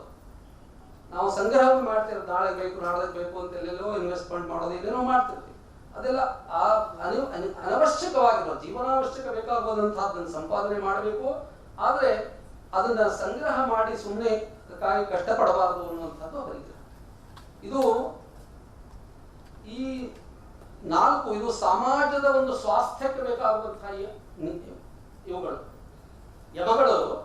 ಸಮಾಜದ ಸ್ವಾಸ್ಥ್ಯ ಅಹಿಂಸಾ ಸತ್ಯ ಅಸ್ಥೆ ಇದರಿಂದ ಸಮಾಜ ಸ್ವಾಸ್ಥ್ಯವನ್ನು ನಾವು ಕಾಯ್ಕೊಳ್ಬಹುದು. ನಿಯಮಗಳು ಅದೇನಿರಬೇಕು ವೈಯಕ್ತಿಕ ಸ್ವಾಸ್ಥ್ಯ ಅಂದ್ರೆ ವೈಯಕ್ತಿಕವಾಗಿರುವಂತಹ ಒಂದು ನೀತಿ ಸಂಹಿತೆಯನ್ನು ನಾವು ಪಾಲನೆ ಮಾಡಬೇಕು. ನಾವು ಶೌಚದಿಂದ ಇರಬೇಕು, ಅಂತರ್ಬಾಹ್ಯ ಶೌಚ, ಒಳಗಡೆ ಮತ್ತು ಹೊರಗಡೆ ಶುದ್ಧವಾಗಿರಬೇಕು, ಮತ್ತು ಸಂತೋಷದಿಂದ ಇರಬೇಕು. ಯಾವಾಗಲೂ ತಪಸ್ಸನ್ನು ಮಾಡಬೇಕು. ಅಂದ್ರೆ ನಿರಂತರವಾಗಿ ಧ್ಯಾನಾದಿಗಳ ಮೂಲಕವಾಗಿ ನಾವು ಒಂದು ಯಾವುದಾದ್ರೂ ಒಂದು ದೇವತಾ ಉಪಾಸನೆಯನ್ನಾಗಲಿ ಅಥವಾ ಕೆಲವು ನಿಯಮಗಳನ್ನಾಗಲಿ ಉಪವಾಸ ಪದ್ಧತಿಗಳ ಇತ್ಯಾದಿಗಳನ್ನು ಮಾಡುವಂತಹದ್ದೆಲ್ಲವೂ ಕೂಡ ಅದರಲ್ಲಿ ಬರ್ತದೆ. ಆಮೇಲೆ ಸ್ವಾಧ್ಯಾಯವನ್ನು ಮಾಡಬೇಕು. ನಮ್ಮ ಗ್ರಂಥಗಳ ಯಾವ ನಮಗೆ ಇರುವಂತಹ ಧರ್ಮ ಗ್ರಂಥಗಳಿವೆಗಳನ್ನು ಮಾಡಬೇಕು. ಆಮೇಲೆ ಈಶ್ವರ ಪೂಜೆ, ಈಶ್ವರ ಅಲ್ಲಿ ಈಶ್ವರ ಪ್ರಣಿಧಾನ ಅಂತ ಇರುವ ಸೂತ್ರದಲ್ಲಿ ಹೇಳಿದ್ದಾರೆ, ಅದನ್ನೇ ಇಲ್ಲಿ ಹೇಳಿ. ಹೀಗೆ ಈ ನಿಯಮಗಳಾದ ಮೇಲೆ ಆಸನಂ ಕಮಲಾದ್ಯುಕ್ತಂ ತತ್ಪದ್ವಾ ಚಿಂತಯೇತ್ ಪರಂ ಶುಚೌ ದೇಶೇ ಪ್ರತಿಷ್ಠಾಪ್ಯ ಸ್ಥಿರಮಾಸನಮಾತ್ಮನಃ ಅಂತ ತಿಳ್ಕೊಂಡು ಆಸನದ ಲಕ್ಷಣವನ್ನು ಹೇಳ್ತಾರೆ. ಕಮಲಾದ್ಯುಕ್ತ ಅಂದ್ರೆ ಪದ್ಮ, ಕಮಶದ ಪದ್ಮ ಅಂತ ಅರ್ಥ. ಪದ್ಮಾಸನ ಮತ್ತು ಸಿದ್ಧಾಸನ, ಸ್ವಸ್ತಿಕಾಸನ ಇತ್ಯಾದಿ ವಿವಿಧವಾಗಿರುವಂತಹ ಕುಳಿತುಕೊಳ್ಳುವಂತಹ ಭಂಗಿಗಳೇನಿವೆಯೋ ಆ ಭಂಗಿಗಳಿಗೆಲ್ಲ ಆಸನಗಳು ಅಂತ ಕರೀತಾರೆ. ಸ್ಥಿರ ಸುಖಮಾಸನ ಅಂತಕೊಂಡು ಅಲ್ಲಿ ಯೋಗಶಾಸ್ತ್ರದಲ್ಲಿ ಹೇಳಿ, ಅದರಿಂದ ಅದೇ ಲಕ್ಷಣವನ್ನು ಹೇಳಿ ಅದನ್ನು ಅಂತರಲ್ಲಿ ಕುತ್ಕೊಂಡು ನಾವು ಶುದ್ಧವಾಗಿರುವಂತಹ ಪ್ರದೇಶದಲ್ಲಿ ಕುಳಿತುಕೊಂಡು ಆ ಬ್ರಹ್ಮಚಿಂತನೆಯನ್ನು ಮಾಡಬೇಕು, ಸ್ಥಿರವಾಗಿರಬೇಕು ಅನ್ನುವಂಥದ್ದೇ ಅಲ್ಲಿ ಮುಖ್ಯವಾಗಿರುವಂತಹ. ಇನ್ನ ಆಸನ ಸಿದ್ಧಿ ಆದ ಮೇಲೆ ಮನುಷ್ಯ ಪ್ರಾಣಾಯಾಮವನ್ನು ಮಾಡಬೇಕು. ಪ್ರಾಣಾಯಾಮದ ಲಕ್ಷಣ ಏನು ಅಂತ ತಿಳ್ಕೊಂಡು ಹೇಳಿದ್ರೆ, ಉನ್ನಮ್ಯ ಶನಕೈರ್ ವಕ್ತ್ರಂ ಮುಖಂ ವಿಷ್ಟಭ್ಯ ಜಾಗ್ರತಃ ಪ್ರಾಣ ಸ್ವಶರೀರಜೋ ವಾಯು ತಸ್ಯಾಯಾಮೋ ನಿರೋಧನ ಶ್ವಾಸ ಪ್ರಶ್ವಾಸಯೋ ಗತಿ ವಿಚ್ಛೇದ ಪ್ರಾಣಾಯಾಮ ಅಂತ ತಿಳ್ಕೊಂಡು ಪಾತಂಜಲಿ ಯೋಗ ಸೂತ್ರ ಹೇಳ್ತದೆ. ಇದು ಕೂಡ ಅದರ ವಿವರಣೆಯನ್ನು ಮಾಡಿ ನಾವು ಏನ್ ಮಾಡಬೇಕಂದು ಮುಖವನ್ನು ಮೇಲೆ ಮಾಡಿಕೊಂಡು ಸ್ವಲ್ಪ ಮುಂದೆ ಮಾಡಿ ಬೆರಳುಗಳ ಮೂಲಕವಾಗಿ ಪ್ರಾಣ ಮುದ್ರೆಯಿಂದಲೋ ಅಥವಾ ಯಾವುದಾದ್ರೂ ಮುದ್ರೆಯಿಂದ ನಾವು ಏನ್ ಮಾಡಬೇಕು ಅಂದ್ರೆ ಮೂಗನ್ನ ಹಿಡ್ಕೊಳ್ಳೋದು. ಈಗೆಲ್ಲ ಪ್ರಾಣಾಯಾಮ ಅಂತ ತಿಳ್ಕೊಂಡ್ರೆ ಪುರೋಹಿತರು ಪ್ರಾಣಾಯಾಮ ದೀಕ್ಷಾಕಾಲವ ಸಂಕೀರ್ತಿ ಅಂತ ಆರಂಭ ಮಾಡ್ತಾರೆ. ಆಚಮ್ಯ ಪ್ರಾಣ ಮೂಗು ಹಿಡ್ಕೊಳ್ರಿ ಅಂತ. ಮೂಗು ಹಿಡ್ಕೊಳ್ಳೋದಲ್ಲ, ಎಷ್ಟೋ ಸಲ ಮೂಗು ಹಿಡೀರಿ ಅಂದ್ರೆ ಪುರೋಹಿತರೆ ಮೂಗು ಹಿಡಿದವ್ರು ಇಲ್ಲ. ಮೂಗು ಹಿಡೀರಿ ಅಂತ ಕೂಡ ಅವ್ರು ಮೂಗು ಹಿಡಿಬೇಕು. ಅಂದ್ರೆ ಮೂಗು ಹಿಡ್ಕೊಳ್ಳೋದು ಪ್ರಾಣಾಯಾಮ ಅಲ್ಲ. ಶ್ವಾಸ ಪ್ರಶ್ವಾಸಗಳ ಗತಿ ವಿಚ್ಛೇದ ಏನಿದೆ, ಶ್ವಾಸೋಚ್ಛ್ವಾಸದ ಗತಿ ಏನಿದೆ ಅದನ್ನು ನಿರೋಧ ಮಾಡುವಂತಹದಕ್ಕೆ ಪ್ರಾಣಾಯಾಮ ಅಂತ ತಿಳ್ಕೊಂಡು ಹೇಳ್ತಾರೆ ಅನ್ನೋದನ್ನ. ನಮ್ಮ ಪ್ರಾಣ ಅಂದ್ರೆ ಏನು ಅಂದ್ರೆ ಸ್ವಶರೀರಜೋ ವಾಯು, ನಮ್ಮ ಶರೀರದಲ್ಲಿ ಸಂಚಾರ ಮಾಡ್ತಾ ಇರ್ತವೆ ಅಥವಾ ಶರೀರ ಅಂತ ಸಂಚಾರಿ ವಾಯು ಪ್ರಾಣ ಅಂತ ತಿಳ್ಕೊಂಡು ನಮ್ಮ ಶಾಸ್ತ್ರದಲ್ಲಿ ಹೇಳ್ತಾರೆ. ಅದನ್ನೇ ಇಲ್ಲಿ ಹೇಳಿ ಅದನ್ನ ನಿರೋಧ ಮಾಡುವಂತಹದಕ್ಕೆ ಪ್ರಾಣಾಯಾಮ ಅಂತ ತಿಳ್ಕೊಂಡು ಹೇಳಬೇಕು ಅನ್ನೋದನ್ನ ಹೇಳೋದ್ರ ಜೊತೆಗೆ ಪ್ರತ್ಯಾಹಾರ ಅಂದ್ರೆ ಏನು ಅನ್ನೋದ್ರ ಹೇಳುವಂತಹ ಸಂದರ್ಭದಲ್ಲಿ ಇಂದ್ರಿಯಾಣಿ ಪ್ರಸಕ್ತಾನಿ ಪ್ರವಿಶ್ಯ ವಿಷಯೋದಧೌ ಆದಾಯಯೋ ನಿಗೃಹಾತಿ ಪ್ರತ್ಯಾಹಾರಸ್ಸ ಮುಚ್ಚತೆ. ಪ್ರತ್ಯಾಹಾರ ಅಂತ ಯಾವ್ದಕ್ಕೆ ಹೇಳಬೇಕು ಅಂತಂದ್ರೆ, ನಮ್ಮ ಇಂದ್ರಿಯಗಳು, ಅವು ಜ್ಞಾನೇಂದ್ರಿಯಗಳು ಸಾಮಾನ್ಯವಾಗಿ ಈಗ ಒಂದು ಒಳ್ಳೆಯ ರೂಪವನ್ನು ನೋಡಬೇಕು ಅಂದ್ರ ಕಡೆಗೆ ಅದು ಹರಿತಾ ಇರ್ತದೆ. ಯಾವಾಗಲೂ ಒಂದು ಒಳ್ಳೆಯದನ್ನು ನೋಡಬೇಕು. ಶ್ರವಣೇಂದ್ರಿಯ ಒಳ್ಳೆಯದ ಶ್ರವಣ, ಸುಂದರ ಮಧುರವಾಗಿರುವಂತಹ ಗಾಯನವನ್ನು ಕೇಳಬೇಕು. ರಸನೇಂದ್ರಿಯ ಒಳ್ಳೆಯ ರುಚಿಕರವಾಗಿರುವಂತಹ ಸ್ವಾದಿಷ್ಟವಾಗಿರುವಂತಹ ಭೋಜನವನ್ನ ಸವಿಬೇಕು. ಹೀಗೆ ಅದರ ಕಡೆಗೆ ನಮ್ಮ ಆ ಮನಸ್ಸಿನ ವೃತ್ತಿಗಳು, ಇಂದ್ರಿಯದ ವೃತ್ತಿಗಳು ಹೋಗ್ತಾ ಇದೆ.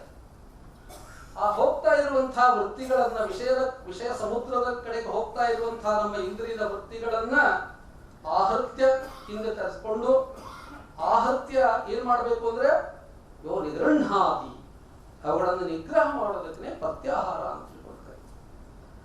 ಇನ್ನ ಧ್ಯಾನ ಅಂದ್ರೆ ಏನು ಅನ್ನೋದನ್ನ ಅಲ್ಲಿ ಬಹಳ ಸುಂದರವಾಗಿರುವಂತಹ ನಿರೂಪಣೆಯನ್ನು ಮಾಡ್ತಾರೆ. ಧೈ ಚಿಂತಾಯಾಂ ಸ್ಮೃತೋ ಧಾತು ವಿಷ್ಣು ಚಿಂತಾ ಮುಹುರ್ಮುಹು ಅನಾಕ್ಷಿಪ್ತೇನ ಮನಸಾದ ಧ್ಯಾನ ವಿಹೋಚ್ಯತೆ. ಅಂದ್ರೆ ಮನಸ್ಸಿನಲ್ಲಿ ಸಂಕಲ್ಪ ವಿಕಲ್ಪಾದಿ ವಿಕ್ಷೇಪಗಳಿಲ್ಲದೆ ಇರು ಅನಾಕ್ಷಿಪ್ತೇನ ಮನಸ ವಿಷ್ಣು ಚಿಂತಾ ಮುಹುರ್ಮುಹು, ಆ ಭಗವಂತನ ಚಿಂತನೆಯನ್ನ ಅಥವಾ ಯಾವುದೋ ಒಂದು ತತ್ವದ ಚಿಂತನೆಯನ್ನ ಮಾಡುವಂತಹದ್ದು, ನಿರಂತರವಾಗಿ ಮಾಡುವಂತಹದ್ದು ಏನಿರ್ತದೆ ಅದಕ್ಕೆ ಹೇ ಚಿಂತಾಯಾಮ್, ಅದು ಚಿಂತನೆ ಮಾಡುವಂತಹದಕ್ಕೆ ಧ್ಯಾನ ಅಂತ ತಿಳ್ಕೊಂಡು ಕರೀತಾರೆ.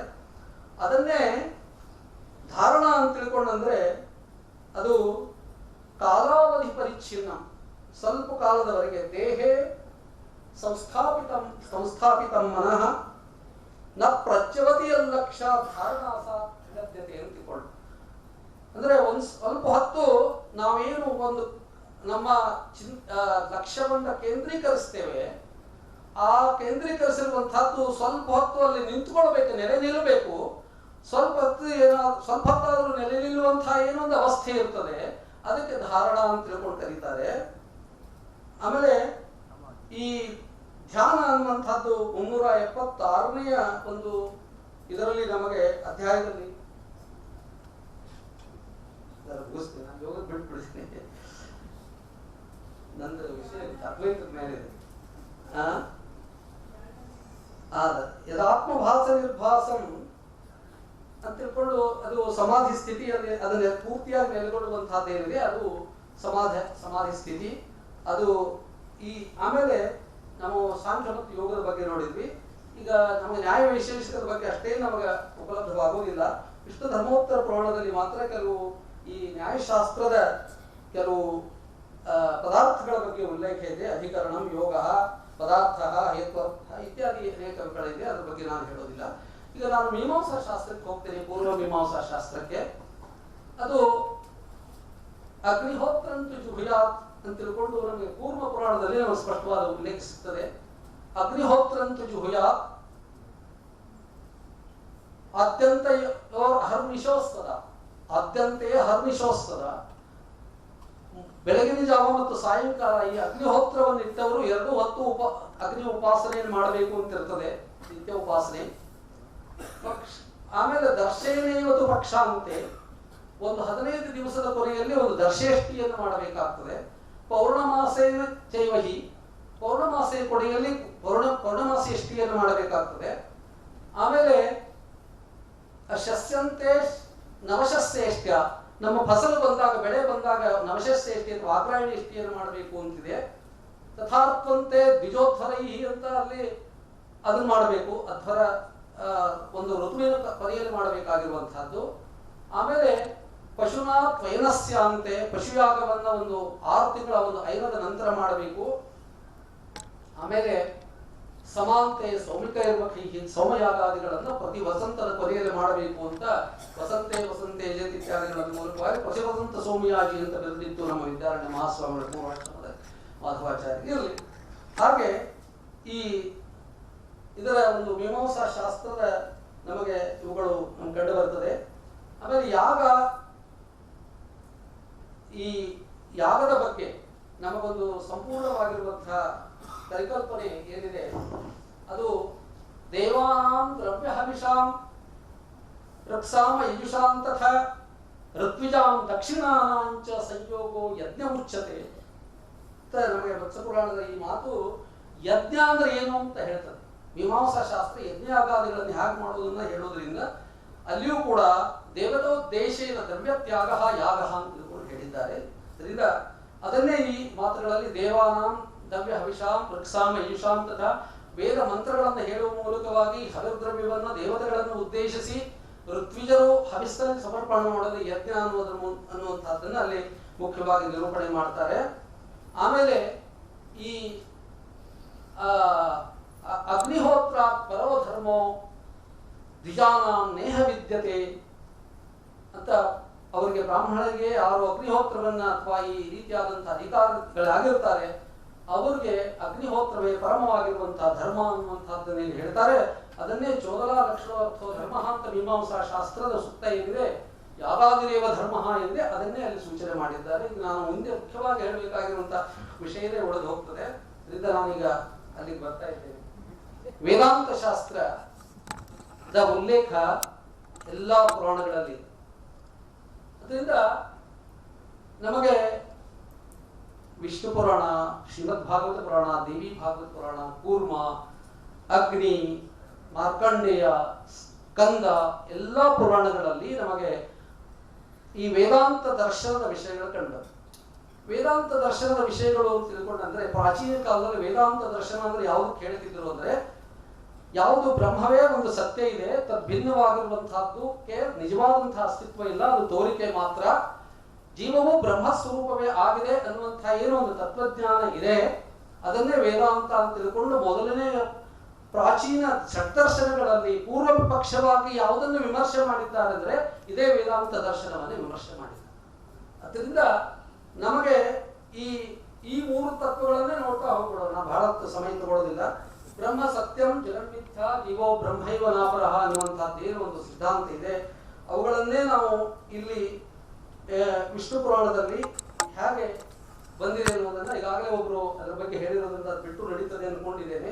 ಏಕೋ ವ್ಯಾಪಿ ಸಮಶ್ರುದ್ಧ ನಿರ್ಗುಣೋ ಕರುಣೆ ಪರಃ ಜನ್ಮ ಮೃತ್ಯಾದಿರಹಿತಃ ಆತ್ಮ ಸರ್ವಗತೋ ವೇಯ ಅಂತ ತಿಳ್ಕೊಂಡು ಸರ್ವಸ್ವರೂಪನೇ ಅವನೇ ಆಗಿದ್ದಾನೆ, ನಿತ್ಯನಾಗಿದ್ದಾನೆ, ಸರ್ವವ್ಯಾಪಕನಾಗಿದ್ದಾನೆ, ನಿತ್ಯಶುದ್ಧ ಆಗಿ ನಿರ್ವಕಾರಿ ಆಗಿದ್ದಾನೆ ಎನ್ನುವಂತಹ ಮಾತನ್ನು ಹೇಳುವ ಮೂಲಕವಾಗಿ ಏಕಸ್ಸಮಸ್ತಂ ಯದಿಹಾಸ್ತಿ ಕಿಂಚಿತ್ ತದಚ್ಯುತೋ ನಾಸ್ತಿ ಪರಂ ತತೋನ್ಯತ್ ಸೋಹಂ ಸಚತ್ವಂ ಸಚ ಸರ್ವಮೇತತ್ ಆತ್ಮಸ್ವರೂಪಂ ತ್ಯಜ ಭೇದ ಮೋಹಂ, ಎಲ್ಲವೂ ಆತ್ಮಸ್ವರೂಪವೇ ಆಗಿದೆ, ತದ್ಭಿನ್ನವಾಗಿರುವಂತಹದ್ದಕ್ಕೆ ನಿಜವಾದಂತಹ ಅಸ್ತಿತ್ವ ಇಲ್ಲ.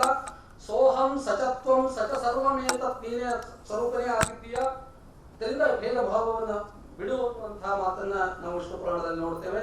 ಅದೇ ರೀತಿಯಾಗಿ ದಶಮಸ್ಕಂಧದ ಶ್ರೀಮದ್ ಭಾಗವತ 14ನೇ ದಶಮಸ್ಕಂದ 14ನೇ ಅಧ್ಯಾಯದಲ್ಲಿ ಬ್ರಹ್ಮಸ್ತುತಿ ಇತ್ಯಾದಿಗಳಲ್ಲಿಯೂ ಕೂಡ ನಾವು ವೇದಸ್ತುತಿಗಳಲ್ಲಿ ನಾವು ಅದನ್ನು ನೋಡ್ತೇವೆ. ಅದರ ಬಗ್ಗೆ ನಾನು ಹೆಚ್ಚಿಗೆ ಹೇಳೋದಿಲ್ಲ.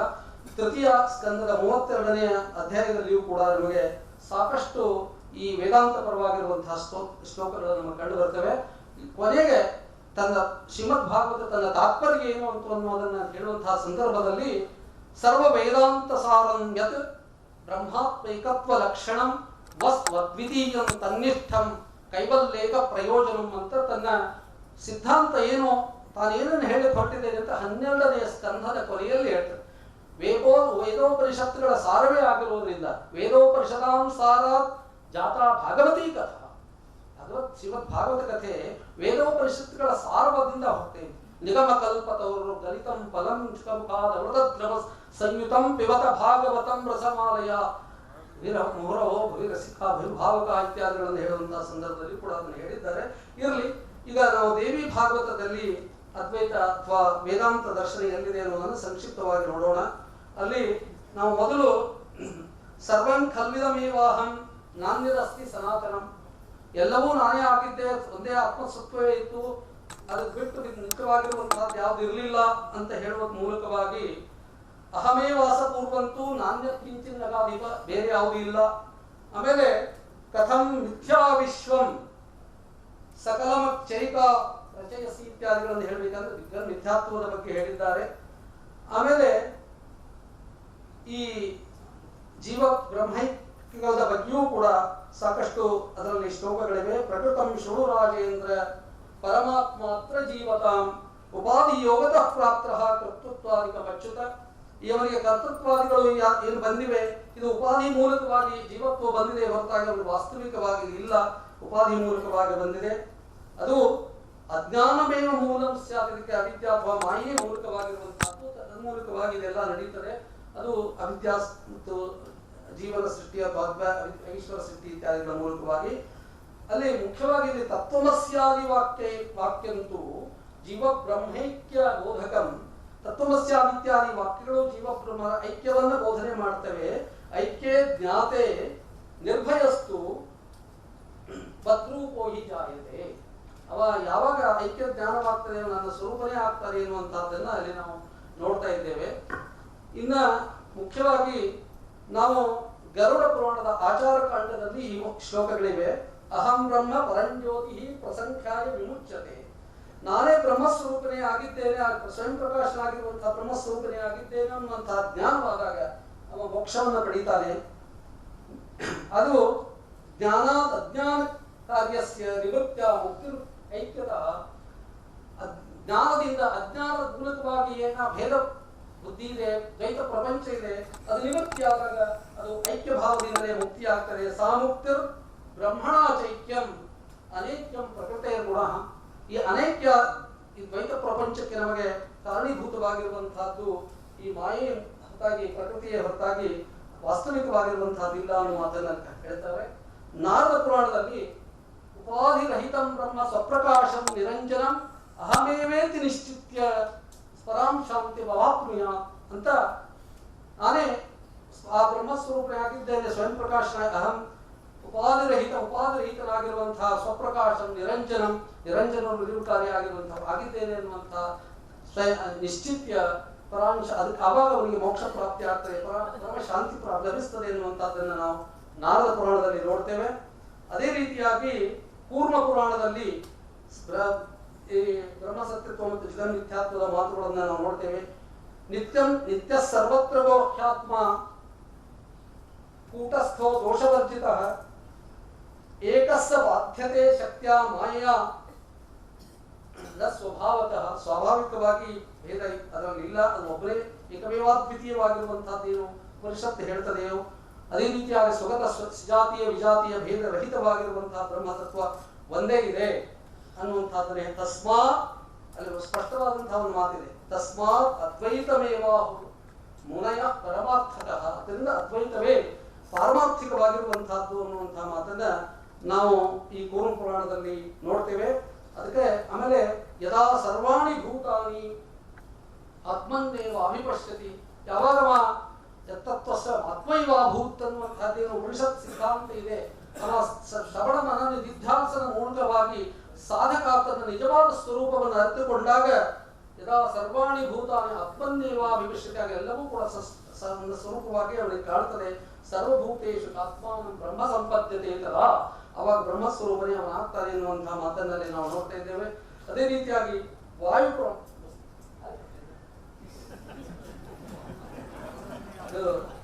ಪುರಾಣದಲ್ಲಿ ಈ ತದ್ಬ್ರಹ್ಮ ಪರಮಂ ಶುದ್ಧಂ ಅನಾದ್ಯಂತ ಮನಾಮಯಂ ದಿಕ್ಕಾಲಾದ್ಯನವಚ್ಛಿನ್ನಂ ನಿತ್ಯಂ ಚಿನ್ಮಾತ್ರಂ ಅವ್ಯಯಂ ಇತ್ಯಾದಿಗಳಲ್ಲಿ ಬ್ರಹ್ಮಸತ್ಯತ್ವವನ್ನು ಹೇಳಿದ್ದಾರೆ. ವಿವರಣೆ ನಾನು ಮಾಡೋದಿಲ್ಲ. ಈಗ ಇಲ್ಲಿ ಜಗನ್ಮಿಥ್ಯಾತ್ವದ ಬಗ್ಗೆ ಒಂದು ಸುಂದರವಾಗಿರುವಂತಹ ದೃಷ್ಟಾಂತವನ್ನು ಕೊಟ್ಟಿದ್ದಾರೆ, ಅದಕ್ಕಾಗಿ ಇಲ್ಲಿ ನಾನು ಹೇಳ್ತೀನಿ. ರಜ್ಜಾ ಬಹಿರ್ ಮರೌ ವಾರಿ ನೀಲಿಮಾ ಗಗನೆ ಯಥಾ ಅಸದ್ ವಿಶ್ವಮಿದಂ ಭಾತಿ ಯಸ್ಮಿನ್ ಅಜ್ಞಾನ ಕಲ್ಪಿತ. ಅಜ್ಞಾನದಿಂದ ಕಲ್ಪಿತವಾಗಿದೆ. ಯಾವ ರೀತಿಯಾಗಿ ಒಂದು ಹಗ್ಗವನ್ನು ನೋಡಿ ನಾವು ಹಾವು ಅಂತ ತಪ್ಪಾಗಿ ತಿಳ್ಕೊಂಡಿರ್ತೇವೆಯೋ, ಮರುಭೂಮಿಯಲ್ಲಿ ಮರೀಚಿಕೆಯನ್ನು ನೋಡಿ ಅಲ್ಲಿ ನೀರಿದೆ ಅಂತ ಯಾವ ರೀತಿಯಾಗಿ ತಿಳ್ಕೊಳ್ತೇವೆಯೋ, ವಾಸ್ತವಿಕವಾಗಿ ಆಕಾಶದಲ್ಲಿ ಯಾವ ಬಣ್ಣವೂ ಇಲ್ಲ, ಆದರೆ ನೀರಿನ ಬಣ್ಣ ನಮಗೆ ಕಾಣ್ತಾ ಇದೆ. ಇದು ಅದರಂತೆ ಅಸತ್ ವಿಶ್ವಮಿದಂ ಭಾತಿ, ಇದೆಲ್ಲ ಅಸತ್ ಅದಾಗಿರುವಂತಹದ್ದು ಇದು ಅನ್ನುವಂತಹ ಮಾತನ್ನ ಜಗನ್ಮಿಥ್ಯಾತ್ವವನ್ನು ಹೇಳ್ತಾರೆ. ಆಮೇಲೆ ಮೋಕ್ಷೋ ಬ್ರಹ್ಮೈಕ್ಯ ಮಿತ್ತೇವ, ಮೋಕ್ಷ ಯಾವುದು ಅಂದ್ರೆ ಬ್ರಹ್ಮ ಮೋಕ್ಷ ಅನ್ನುವಂತಹ ಸಚ್ಚಿದಾನಂದ ಮೇವಚ ಸರ್ವಂ ಸಮಾಪ್ಯತೆ ತಸ್ಮಿನ್ ಜ್ಞಾತೆ ಯಥಿ ಕೃತಾಕೃತಂ ಅಂತ ಅದನ್ನು ತಿಳ್ಕೊಂಡಾಗ ಯಾವುದೇ ಕರ್ಮಗಳನ್ನು ಮಾಡುವಂತಹ ಅವಶ್ಯಕತೆ ಬೀಳುವುದಿಲ್ಲ ಅನ್ನುವಂತಹ ಮಾತನ್ನು ಅಲ್ಲಿಯೂ ಹೇಳ್ತಾರೆ. ಅಲ್ಲಿ ಮಾರ್ಕಂಡೇಯ ಪುರಾಣದಲ್ಲಿಯೂ ಕೂಡ ಸಾಮುಕ್ತಿರ್ ಬ್ರಹ್ಮಣ ಚೈಕ್ಯಂ ಅಂತ ತಿಳ್ಕೊಂಡು ಅಲ್ಲಿ ಜೀವಬ್ರಹ್ಮ ಐಕ್ಯವನ್ನೇ ಕೂಡ ಹೇಳಿದ್ದಾರೆ. ಅಲ್ಲಿ ಒಂದು ದೃಷ್ಟಾಂತವನ್ನು ಕೊಟ್ಟು ಯಥಾ ಹಿ ಕಾನಕಂ ಖಂಡಂ ಅಸದ್ರವ್ಯವದ ನೀನ, ಒಂದು ಅಶುದ್ಧವಾಗಿರುವಂತಹ ಬಂಗಾರ ಅದನ್ನು ಅಗ್ನಿಯಿಂದ ಅದಕ್ಕೆ ಹಾಕಿದಾಗ ಅದನ್ನು ಕರಗಿಸಿ ಶುದ್ಧ ಮಾಡಿದಾಗ ಅದು ಮತ್ತೊಂದು ಇದರ ಜೊತೆಗೆ ಏನಾಗ್ತದೆ ಅಂತಂದ್ರೆ ದಗ್ಧ ದೋಷಂ ದ್ವಿತೀಯೇನ ಖಂಡೇನ ಐಕ್ಯಂ ಅದು ಎರಡನೇದಾಗಿರುವಂತಹ ಶುದ್ಧವಾಗಿರುವಂತಹ ಬಂಗಾರದ ಜೊತೆಗೆ ಅದು ಸೇರಿಸಿದ್ರೆ ಯಾವ ರೀತಿಯಾಗಿ ಒಂದಾಗ್ತದೆಯೋ ಅದೇ ರೀತಿಯಾಗಿ ಸಾಧಕನಾಗಿರುವಂತಹ ಯೋಗಿ ಯೋಗಾಗ್ನಿಯಿಂದ ತನ್ನ ಜನ್ಮಾಂತರಿ ಕರ್ಮಗಳನ್ನು ಕಳ್ಕೊಂಡಾಗ ಅವನು ಬ್ರಹ್ಮಸ್ವರೂಪನೇ ಆಗ್ತಾನೆ ಎನ್ನುವ ಮಾತನ್ನ ಹೇಳ್ತಾರೆ. ಇನ್ನು ಶ್ಲೋಕಗಳಿದೆ, ಅದನ್ನು ನಾನು ವರ್ಣನೆ ಮಾಡೋದಿಲ್ಲ. ಇನ್ನ ಈ ಸೂತ ಸಂಹಿತೆಯಲ್ಲಿ ಅಂದ್ರೆ ಸ್ಕಂದ ಪುರಾಣದಲ್ಲಿ ಅಲ್ಲಿಯೂ ಕೂಡ ಬ್ರಹ್ಮಸತ್ಯತ್ವ ಜಗನ್ಮಿಥ್ಯಾತ್ವದ ಬರ್ತವೆ. ನಾನು ಘಟಪುಡ್ಯಾದಯೋ ಭಾವಾಹ ಭೂತಾನಿ ಭುವನಾನಿ ಚ ಸರ್ವಂ ಬ್ರಹ್ಮಾತಿರಿಕೇಣ ನಾಸ್ತಿ ಬ್ರಹ್ಮೈವ ಸತ್ ಸದಾ. ಬ್ರಹ್ಮವದ್ದೇ ಸತ್ಯ, ಅದು ಬೆಟ್ಟವಾಗಿರುವಂತಹ ಈ ಘಟ ಪುಡ್ಯಾದಿ ಇವೇನು ಗೋಡೆ ಇತ್ಯಾದಿಗಳೇನಿವೆ, ಘಟಪಟ ಇತ್ಯಾದಿ ಪದಾರ್ಥಗಳು ನಮಗೇನು ಕಾಣ್ತವೆ, ಮಹಾಭೂತಗಳು ಕಾಣ್ತವೆ, ಭುವನಗಳು ಕಾಣ್ತವೆ, ಲೋಕಗಳು ಕಾಣ್ತವೆ, ಇವೆಲ್ಲ ಇದು ಸರ್ವಂ ಬ್ರಹ್ಮಾತಿರೇಕ, ಬ್ರಹ್ಮದಿಂದ ಬಿಟ್ಟು ಬೇರೆ ಅಸ್ತಿತ್ವ ಇಲ್ಲ ಅನ್ನುವಂತಹ ಮಾತನ್ನು ಹೇಳ್ತಾರೆ. ಅದೇ ಇದಂ ಸರ್ವಂ ಜಗತ್ ಸತ್ಯಮಿವ ಭಾತಮಪಿ ಸ್ವತಃ, ಇದು ನಮಗೆ ಸತ್ಯವಾಗಿ ತೋರ್ತದೆ. It's illusory but ultimate truth is Brahman. ಅದು ಅಲ್ಟಿಮೇಟ್ ಟ್ರೂತ್ ಯಾವುದಿದೆ ಅಂತ ರಿಯಾಲಿಟಿ ಬ್ರಹ್ಮನೇ. ಆದರೆ it appears real but it is not essential ಅನ್ನೋ ತತ್ವವನ್ನು ಇಲ್ಲಿ ನಾವು ಕಾರಣ ವ್ಯತಿರೇಕೇಣ ನಾಸ್ತೆ ಮಾತ್ರ ಸಂಶಯ, ಕಾರಣ ಬಿಟ್ಟು ಬೇರೆ ಏನೂ ಇಲ್ಲ.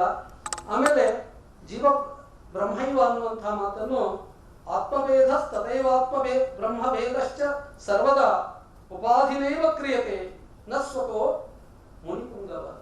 ಅದಕ್ಕೆ ಕೊನೆಗೆ ಇನ್ನೊಂದು ಮಾತನ್ನು ಹೇಳ್ತಾರೆ, ಅದು ಸ್ವಾಭಾವಿಕವಾಗಿರುವಂತಹದ್ದಲ್ಲ, ಅದು ಉಪಾಧಿ ಮೂಲಕವಾಗಿ ಬಂದಿರುವಂತಹದ್ದು. ಆದ್ದರಿಂದ ಅದ್ವೈತ ಸತ್ಯಮೇವ ಸದಾ ದ್ವೈತಂ ಅಸತ್ಯಂ ದ್ವೈತಂ ಆಸ್ತಿಕಾಹ ಅಂತ ತಿಳ್ಕೊಂಡು ಅದು ಹೇಳುವುದರ ಮೂಲಕವಾಗಿ ಈ ಅಗ್ನಿ ಪುರಾಣದಲ್ಲಿ ಇನ್ನೊಂದು ಮಾತಿದೆ, ಬ್ರಹ್ಮಜ್ಞಾನಂ ಪ್ರವಕ್ಷ್ಯಾಮಿ ಸಂಸಾರ ಅಜ್ಞಾನ ಮುಕ್ತಗೆ. ಈ ಸಂಸಾರದ ಅಜ್ಞಾನ ಮುಕ್ತಿಗೆ ನಾನು ಈ ಬ್ರಹ್ಮಜ್ಞಾನವನ್ನು ಉಪದೇಶ ಮಾಡ್ತೇನೆ. ಅಯಮಾತ್ಮ ಪರಂ ಬ್ರಹ್ಮ ಅಹಮಸ್ಮೀತಿ ಮುಚ್ಯತೆ. ನಾನು ಈ ಬ್ರಹ್ಮಸ್ವರೂಪನೇ ಆಗಿದ್ದೇನೆ ಎನ್ನುವಂತಹ ಜ್ಞಾನ ಯಾವಾಗ ಸಾಧಕನಿಗೆ ಆಗ್ತದೆ ಆವಾಗ ಅವ ಮುಕ್ತಿಯನ್ನು ಹೊಂತಾನೆ ಎನ್ನುವ ಮಾತನ್ನು ನಾವು ಹೇಳ್ತೇವೆ. ಅದೇ ರೀತಿಯಾಗಿ ಹರಿಹರರಲ್ಲಿ ಭೇದವನ್ನು ಎಣಿಸಬಾರದು ಅನ್ನುವಂತಹ ಮಾತು ನಮಗೆ ನಾರದ ಪುರಾಣ ಮತ್ತು ಶ್ರೀಮದ್ ಭಾಗವತದಲ್ಲಿ ಕಂಡು ಬರ್ತದೆ. ಅದು discrimination. he is the only Bhagavata, he is a real true Bhagavata who does not discriminate between Hari and Har. Shivecha Parameshecha Vishnocha Paramatmani ಸಮಬುದ್ಧ್ಯ ಪ್ರವರ್ತಂತೆ ತೇವೈ ಭಾಗವತ ಸ್ಮೃತಃ ಅಂತ ನಾರದ ಪುರಾಣ ಹೇಳ್ತದೆ. ಅಹಂ ಬ್ರಹ್ಮಾಚ ಸರ್ವಶ್ಚ ಜಗತಃ ಕಾರಣಂ ಪರಂ. ನಾವು ಜಗತ್ತಿಗೆ ಮೂಲ ಕಾರಣ ಒಂದೇ ಚೈತನ್ಯದ ರೂಪಗಳು. ಅದು ತ್ರಯಾಣಾಂ ಏಕಭಾವಾನಾಂ ಯೋನ ಪಶ್ಯತಿ ವೈ ವಿಧಾಂ. ಈ ಮೂರು ನಾವು ಒಂದೇ ರೀತಿಯಾಗಿರುವೆ, ಅವುಗಳಲ್ಲಿ ಭೇದವನ್ನು ಯಾರು ನೋಡೋದಿಲ್ವೋ. ಸರ್ವಭೂತಾತ್ಮನಾಂ ಬ್ರಹ್ಮನ್ ಸಶಾಂತಿ ಅಧಿಗಚ್ಚತಿ ಅಂತ ತಿಳ್ಕೊಂಡು ಭಾಗವತ್ ಪುರಾಣದಲ್ಲಿಯೂ ಕೂಡ ಹರಿಹರ ಬ್ರಹ್ಮರಲ್ಲಿ ಭೇದವನ್ನು ಮಾಡಬಾರದು ಅನ್ನುವಂಥದ್ದನ್ನು ಹೇಳಿದ್ದಾರೆ. ಹೀಗೆ ಸಕಲ ಶಾಸ್ತ್ರಗಳ ಒಂದು ದರ್ಶನಗಳ ವಿಚಾರಗಳು, ಅದ್ವೈತದ ವಿಚಾರಗಳು ಕೂಡ ಸಾಕಷ್ಟು ನಮಗೆ ಅಲ್ಲಿ ಕಂಡು ಬರ್ತವೆ. ಇದರಿಂದ ಒಂದು ಮಾತಿದೆ, ಇದರಲ್ಲಿ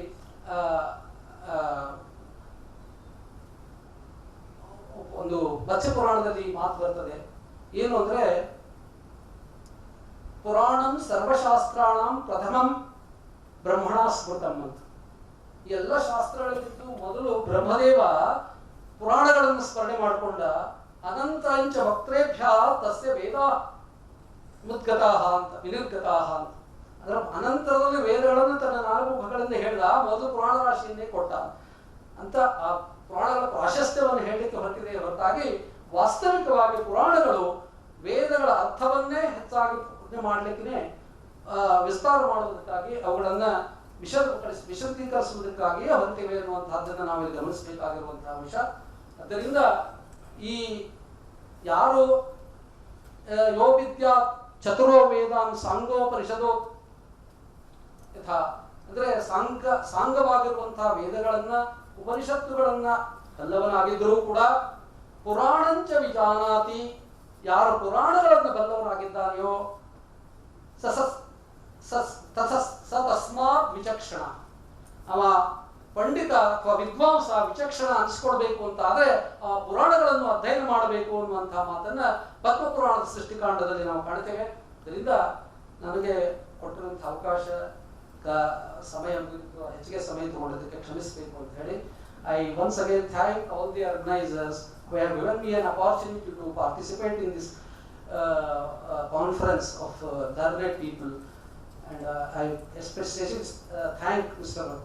Ranganathan who invited me for this function, and when he read my article, immediately complimented me. So I thank him again, and I thank all of you and the organizer, and conclude my. Ranganath ಅವರು ಬರೋಕ್ಕೆ ಮುಂಚೆ ಒಂದು ಮಾತು, ನಾನು ಚೀಟಿ ಕೊಟ್ಟರೆ ನಿಮಗೆಲ್ಲ ಬೇಜಾರಾಗ್ಬೋದು, ನಾವು ಕೇಳ್ತಾ ಇದ್ವಿ ಇನ್ನೂ ಕೇಳಬೇಕು ಅಂತ ಆಸೆ ಇತ್ತು ಅಂತ. ಆದರೆ ಒಂದು ಸಮಯ ಮೀರಬಾರ್ದು, ಎಲ್ಲರಿಗೂ ಡಿಸ್ಕ್ರಿಮಿನೇಟ್ ಮಾಡಬಾರ್ದು ಅಂತ ಅವರು ಹೇಳಿದ್ದಾರೆ ಸಮಯ. ಇನ್ನೊಂದು ಅವರ ಉತ್ಸಾಹದಲ್ಲಿ ಪಾಪ ಹೆಚ್ಚು ಮಾತಾಡಿರ್ತಾರೆ, ಅವ್ರಿಗೆ ಆಯಾಸ ಆಗಬಾರ್ದು ಅಂತ ನಾನು ಚೀಟಿ ಕೊಡ್ತೀನಿ.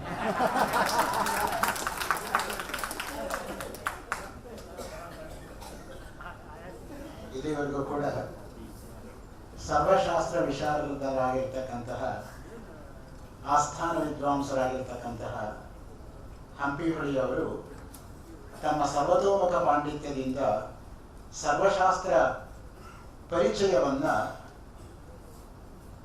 ಕುಂಚಿಕಾ ಭಾಷಣದ ರೂಪವಾಗಿ ನಮ್ಮ ಮುಂದೆ ತೆರೆದಿಟ್ಟಿದ್ದಾರೆ. ಅವ್ರು ಏನ್ ಹೇಳಿದ್ದಾರೆ ಅಂತ ಹೇಳೋದಕ್ಕಿಂತ ಏನ್ ಹೇಳಿಲ್ಲ ಅಂತ ಯೋಚನೆ ಮಾಡೋದು ಹೆಚ್ಚು ಸೂಕ್ತ. ಏಕೆಂದ್ರೆ ಯಾವ ಶಾಸ್ತ್ರವನ್ನು ಬಿಟ್ಟಿಲ್ಲ ಅವರು. ಅದು ಎಷ್ಟು ಕೂಲಂಕಷವಾಗಿ ಅಧ್ಯಯನ ಮಾಡಿದ್ದಾರೆ ಅಂದ್ರೆ, ನಾನು ಅವರ ಲೇಖನ ಒಂದ್ಸಲ ಕಣ್ಣಾಡಿಸಿರೋದ್ರಿಂದ ಈ ಮಾತು ಹೇಳ್ತೀನಿ. ಇವತ್ತು ಬರೀ ಕೇಳಿರೋದ್ರಿಂದ ಮಾತ್ರ ಅಲ್ಲ, ಪ್ರತಿಯೊಂದು ಪುರಾಣದಲ್ಲಿ ಬರತಕ್ಕಂತಹ ಅಧ್ಯಾಯ ನಂಬರ್ ಏನು, ಚಾಪ್ಟರ್ ನಂಬರ್ ಏನು, ಯಾವ ಶ್ಲೋಕದ ನಂಬರ್ ಏನು, ಯಾವ ಎಡಿಷನ್ ನಾನು ಫಾಲೋ ಮಾಡಿದ್ದೀನಿ, ಅದಕ್ಕೆ ಯಾವ ಭಾಷಾಂತರ ಹ್ಯಾಕ್ ಮಾಡಿದ್ದಾರೆ ಅಂತ ಕೂಡ ಬ್ರಾಕೆಟ್ ಕೊಟ್ಟಿದ್ದಾರೆ. ಅಷ್ಟೂ ಪುರಾಣಗಳ ಅಧ್ಯಯನ ಮಾಡಿ ಅಷ್ಟೂ ಶಾಸ್ತ್ರಗಳಿಗೆ ಅಷ್ಟೂ ಉಲ್ಲೇಖಗಳನ್ನು ಕೊಡಬೇಕು ಅಂದ್ರೆ ಇದು ಕೇವಲ ಪ್ರಾಯಶಃ ಅವರಿಂದ ಮಾತ್ರ ಸಾಧ್ಯ. ಇದು ಯಾವ ಮನುಷ್ಯ ಸಾಮಾನ್ಯರಿಂದಲೂ ಕೂಡ ಅದು ಸಾಧ್ಯ ಇಲ್ಲ. ಅದೇನೋ ನನಗೆ ಭಗವತ್ ಸ್ಫುರಣೆ ಆಯಿತು, ಅವರಿಂದ ಈ ವಿಷಯ ಕೊಡಬೇಕು ಅಂತ ಅವ್ರು ಒಪ್ಕೊಂಡು ಬಂದಿದ್ದು ನನಗೆ ತುಂಬಾ ಸುಕೃತ. ಯಾಕಂದ್ರೆ ಅವರು ಅನುಷ್ಠಾನ ಚಕ್ರವರ್ತಿಗಳು. ಯಾಕಂದ್ರೆ ಯಾವಾಗಲೂ ಅನುಷ್ಠಾನದಲ್ಲೇ ತೊಡಗಿರ್ತಕ್ಕಂಥವ್ರು. ನಾವು ಯಾವ ಟೈಮಲ್ಲಿ ಮಾತಾಡಿದ್ರೆ ಅನುಷ್ಠಾನಕ್ಕೆ ಭಂಗ ಬರುತ್ತೋ ಅನ್ನೋ ಪಾಪ ಪ್ರಜ್ಞೆಯಿಂದಲೇ ನಾನು ಫೋನ್ ಮಾಡ್ತಾ ಇದ್ದೆ ಅವರಿಗೆ. ಹಾಗಿದ್ರೂ ಕೂಡ ಅವರು ರೆಸ್ಪಾಂಡ್ ಮಾಡಿ ಮತ್ತೆ ನನಗೆ ವಾಪಸ್ ಉತ್ತರನ ಕೊಡ್ತಾ ಇದ್ರು. ಅದು ಒಂದೊಂದು ಶಾಸ್ತ್ರ ಎಷ್ಟು ಬೆಳೆದಿದೆ ನಮ್ಮಲ್ಲಿ ಅಂತ ಹೇಳಿದ್ರೆ, ಒಂದು ನೀವು ತೆಗೆದುಕೊಂಡ್ರೆ ಪಾತಂಜಲ ಯೋಗ ಸೂತ್ರ ತೆಗೆದುಕೊಂಡ್ರೆ ಅದರ ಮೇಲೆ ಇರ್ತಕ್ಕಂತಹ ವ್ಯಾಸ ಭಾಷ್ಯ, ವ್ಯಾಸ ಭಾಷ್ಯದ ಮೇಲೆ ಇರ್ತಕ್ಕಂತಹ ವಾಚಸ್ಪತಿ ಮಿಶ್ರರ ತತ್ವವೇಶಾರದಿ ವ್ಯಾಖ್ಯಾನ, ಅದರ ಮೇಲೆ ಭೋಜರಾಜನ ಇರ್ತಕ್ಕಂಥ ರಾಜಮಾರ್ತಾಂಡ, ಅದರ ಮೇಲೆ ಇರ್ತಕ್ಕಂಥ ಸದಾಶಿವ ಬ್ರಹ್ಮೇಂದ್ರ ಯೋಗ ಸುಧಾಕರ. ಒಂದೊಂದು ಶಾಸ್ತ್ರ ಹೇಗೆ ಬೆಳೆದಿದೆ ನಮ್ಮಲ್ಲಿ ಅಂದ್ರೆ ಟೀಕಾ ಟೋಕಾಂ ಅಪೇಕ್ಷತೆ ಅಂತ. ಅದಕ್ಕೆ ನಮ್ಗೆ ಹೇಳಿರ್ತಕ್ಕಂಥದ್ದು ಸೂತ್ರಕ್ಕೆ ಭಾಷ್ಯ, ಭಾಷ್ಯಕ್ಕೆ ವ್ಯಾಖ್ಯಾನ, ವ್ಯಾಖ್ಯಾನಕ್ಕೆ ಟೀಕಾ, ಟೀಕಾ ಟೋಕ ಅಂತ. ಒಂದೊಂದು ಶಾಸ್ತ್ರ ಬೆಳೆಯೋದು ಅಂದ್ರೆ ಏನ್ ಸಾಮಾನ್ಯನ. ಸಾಂಖ್ಯ ತೆಗೆದುಕೊಂಡ್ರೆ ಕಪಿಲ ಸೂತ್ರಗಳು, ಕಾಪಿಲ ಸೂತ್ರಂ, ಅದರ ಮೇಲೆ ಈಶ್ವರ ಕೃಷ್ಣನ ಸಾಂಖ್ಯಕಾರಿಕ, ಅದರ ಮೇಲೆ ವಾಚಸ್ಪತಿ ಮಿಶ್ರರ ಸಾಂಖ್ಯ ತತ್ವ ಕೌಮುದಿ, ಅದರ ಮೇಲೆ ಗೌಡಪಾದ ಭಾಷ್ಯ. ಈ ರೀತಿಯಾಗಿ ಸಾಂಖ್ಯ ಹೊರಟಿರೋದು. ಇನ್ನು ನ್ಯಾಯ ತೆಗೆದುಕೊಂಡ್ರೆ ಗೌತಮರ ನ್ಯಾಯ ಸೂತ್ರ, ಆಮೇಲೆ ಅದರ ಮೇಲೆ ನ್ಯಾಯ ಭಾಷ್ಯ, ಉದ್ಯೋತಕರ್ನ ನ್ಯಾಯ ವಾರ್ತಿಕ, ಅದರ ಮೇಲೆ ವಾಚಸ್ಪತಿ ಮಿಶ್ರ ನ್ಯಾಯ ವಾರ್ತಿಕ ತಾತ್ಪರ್ಯ ಟೀಕಾ. ಈ ರೀತಿಯಾಗಿ ಒಂದೊಂದು ಶಾಸ್ತ್ರ ಬೆಳೆದಿರ್ತಕ್ಕಂಥದ್ದು ಏಕಸ್ಮಿನ್ ಜನ್ಮನಿ ಏಕಮೇವ ಶಾಸ್ತ್ರಂ. ನಮ್ಮಲ್ಲಿ ಅದಕ್ಕೆ ಇರೋದು, ಒಂದು ಜನ್ಮದಲ್ಲಿ ಒಂದು ಶಾಸ್ತ್ರ ಅರಗಿಸ್ಕೊಳ್ಳೋದೇ ಕಷ್ಟ. ಇನ್ನ 18 ಪುರಾಣಗಳನ್ನು ಅಧ್ಯಯನ ಮಾಡಿ ಎಲ್ಲಾ ಶಾಸ್ತ್ರಗಳಲ್ಲೂ ಯಾವ್ಯಾವ ಪ್ರಕ್ರಿಯೆಗಳು, ಯಾವ್ಯಾವ ಪುರಾಣದ ಯಾವ್ಯಾವ ಅಧ್ಯಾಯದ ಯಾವ್ಯಾವ ಶ್ಲೋಕದ ಯಾವ್ಯಾವ ಎಡಿಷನ್ ಅಲ್ಲಿ ಬಂದಿದೆ ಅಂತ ಹೇಳೋದು ನಿಜಕ್ಕೂ ಕೂಡ ಒಂದು ದುಸ್ಸಾಧ್ಯವೇ ಸರಿ. ಅವ್ರು ಹೇಳಿರ್ತಕ್ಕಂಥ ಒಂದೊಂದು ಶಾಸ್ತ್ರದ ಮೇಲೆ ಒಂದೊಂದು PhD ಮಾಡ್ಬೋದು. It requires dozen PhDs. The topic which we have dealt with today.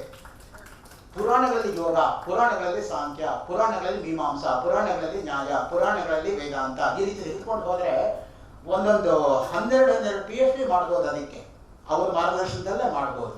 ಇನ್ನು ಅವರಿಗಿಂತ ಸಮರ್ಥವಾಗಿರ್ತಕ್ಕಂಥ ಗೈಡ್ ಇನ್ಯಾರು ಸಿಗಕ್ಕೆ ಸಾಧ್ಯ? ಎಸ್ಪೆಷಲಿ ಈಗೆಲ್ಲ ಮಿಸ್ ಗೈಡ್ಸ್ ಇರೋದ್ರಿಂದ.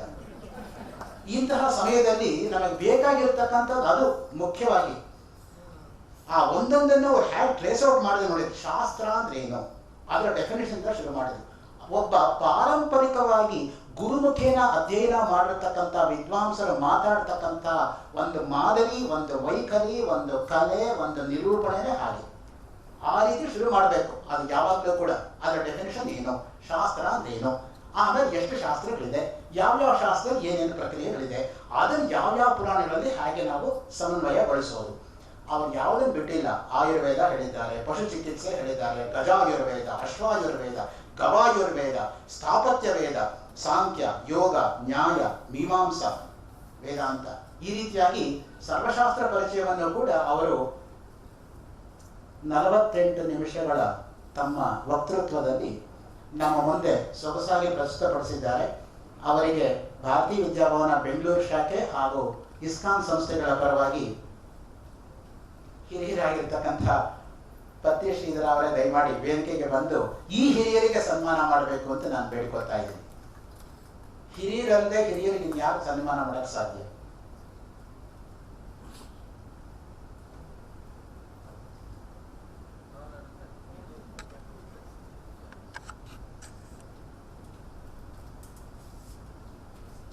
ಈಗ ಸರ್ವಶಾಸ್ತ್ರ ವಿದ್ವಾಂಸರಾಗಿರತಕ್ಕಂತಹ ಡಾಕ್ಟರ್ ಹಂಪಿಹೊಳಿ ಅವರಿಗೆ ಭಾರತೀಯ ವಿದ್ಯಾಭವನ ಹಾಗೂ ಇಸ್ಕಾನ್ ಸಂಸ್ಥೆಗಳ ವತಿಯಿಂದ ಮತ್ತೋರ್ವ ಹಿರಿಯರಾಗಿರ್ತಕ್ಕಂತಹ ಪತ್ರಿ ಶ್ರೀಧರ ಅವರಿಂದ ಗೌರವಾರ್ಪಣೆ.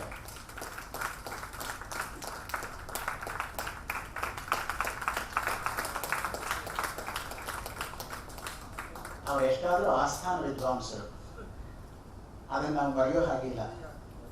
ಜಗದ್ಗುರುಗಳಿಂದಲೇ ಆಸ್ಥಾನ ವಿದ್ವಾನ್ ಅಂತ ಪರಿಗಣಿತೆ ಆದ ಮೇಲೆ ಇನ್ನು ಅದಕ್ಕಿಂತ ಇನ್ನೇನಿದೆ ಮೇಲ್ಗಡೆ ಇರ್ತಕ್ಕಂಥದ್ದು.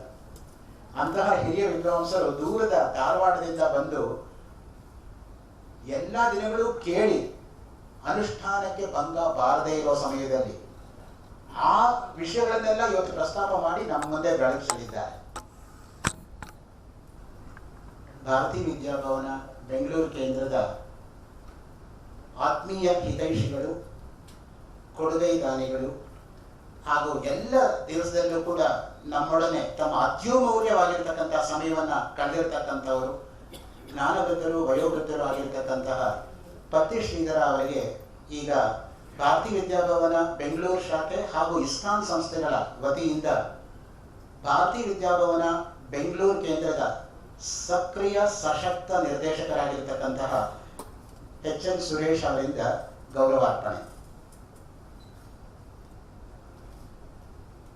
ನಮ್ಮ ಎಲ್ಲ ಕಾರ್ಯಕ್ರಮಗಳಲ್ಲೂ ಕೂಡ ಪತ್ರಿ ಶ್ರೀಧರ ಅವರು ಭಾಗವಹಿಸಿದ್ದಾರೆ. 2 ವರ್ಷದ ಕೆಳಗೆ ವೇದ ಸಂವಾದವನ್ನ ಇದೇ ಸಭಾಂಗಣದಲ್ಲಿ ಆಯಿತು. ಕಳೆದ ವರ್ಷ ಉಪನಿಷತ್ ಸಂದೇಶ ಆಯಿತು. ಈಗ ಮುಖ್ಯವಾಗಿ ಮಹಾಪುರಾಣಗಳ ಮಹಾ ಸಂದೇಶ ನಡೀತಾ ಇದೆ. ಹಾಗೂ ಇನ್ನು ಬರೋ 2 ವರ್ಷಗಳಲ್ಲಿ ರಾಮಾಯಣ ಮಹಾಭಾರತದ ಬಗ್ಗೆಯೂ ಕೂಡ ನಡೆಯಲಿದೆ. ಇಲ್ಲಿವರೆಗೂ ಕೂಡ ಅತ್ಯದ್ಭುತವಾಗಿ ಸಹಕರಿಸತಕ್ಕಂಥ ಪೂಜ್ಯರಾದ ಹಿರಿಯರಾದ ಪತ್ರಿ ಶ್ರೀಧರ ಅವರಿಗೆ ನಿಮ್ಮ ಎಲ್ಲರ ಪರವಾಗಿ ಅನಂತಾನಂತ ಕೃತಜ್ಞತೆಗಳು. ತಮ್ಮ ವಯೋಮಿತಿಯನ್ನು ಲೆಕ್ಕಿಸದೆ ಪ್ರತಿನಿತ್ಯವೂ ನಮ್ಮೊಡನೆ ಬಂದು ಎಲ್ಲರಿಗೂ ಕೂಡ ಅವರು ಮಾರ್ಗದರ್ಶಕರಾಗಿ ಸೇವೆ ಸಲ್ಲಿಸ್ತಾ ಇದ್ದಾರೆ. ಈಗ ಅವರು ತಮ್ಮನ್ನು ಉದ್ದೇಶಿಸಿ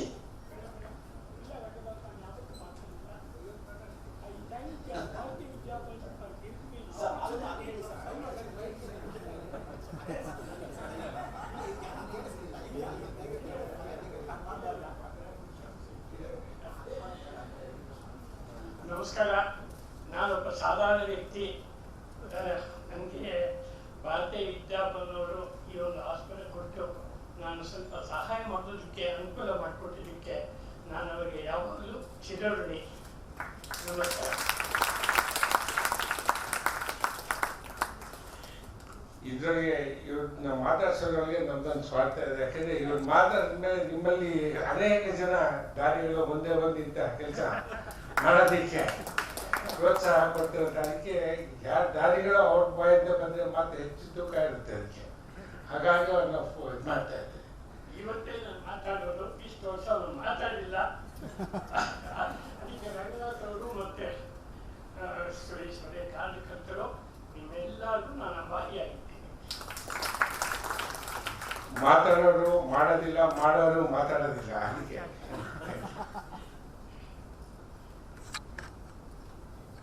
ಈ ನಮ್ಮ ಮುಂದಿನ ಎಲ್ಲ ಕಾರ್ಯಕ್ರಮಗಳಲ್ಲೂ ಕೂಡ ಪೂಜ್ಯರಾಗಿರ್ತಕ್ಕಂಥ ಪತ್ತಿ ಶ್ರೀಧರ ಅವರು ಇದೇ ರೀತಿಯಾಗಿ ನಮ್ಮೊಡನೆ ಇದ್ದು ಸಹಕರಿಸಬೇಕು ಎಂಬುದಾಗಿ ನಾವು ಮತ್ತೊಮ್ಮೆ ಅವರಲ್ಲಿ ವಿನಯಪೂರ್ವಕವಾಗಿ ಕೇಳ್ಕೊತಾ ಇದ್ದೀವಿ. ನಾನು ಖಂಡಿತ ಇರ್ತೀನಿ ಅಂತ ಕೂಡ ಅವರಿಗೆ ಆಶ್ವಾಸನೆ ಕೊಟ್ಟಿದ್ದಾರೆ.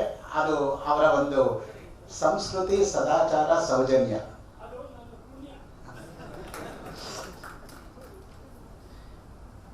ಈಗ ವಿದ್ವಾನ್ ಗಂಗಾಧರ್ ಗೋಡೆಯವರು ತಮ್ಮ ವಕ್ತವ್ಯವನ್ನ ಪುರಾಣಗಳಲ್ಲಿ ವ್ಯಾಕರಣ ಅದನ್ನ ನಿರೂಪಣೆ ಮಾಡಬೇಕು ಅಂತ ಎರಡೂ ಸಂಸ್ಥೆಗಳ ಪ್ರಕಾರ ನಾನು ಕೇಳ್ಕೊತಾ ಇದ್ದೀನಿ.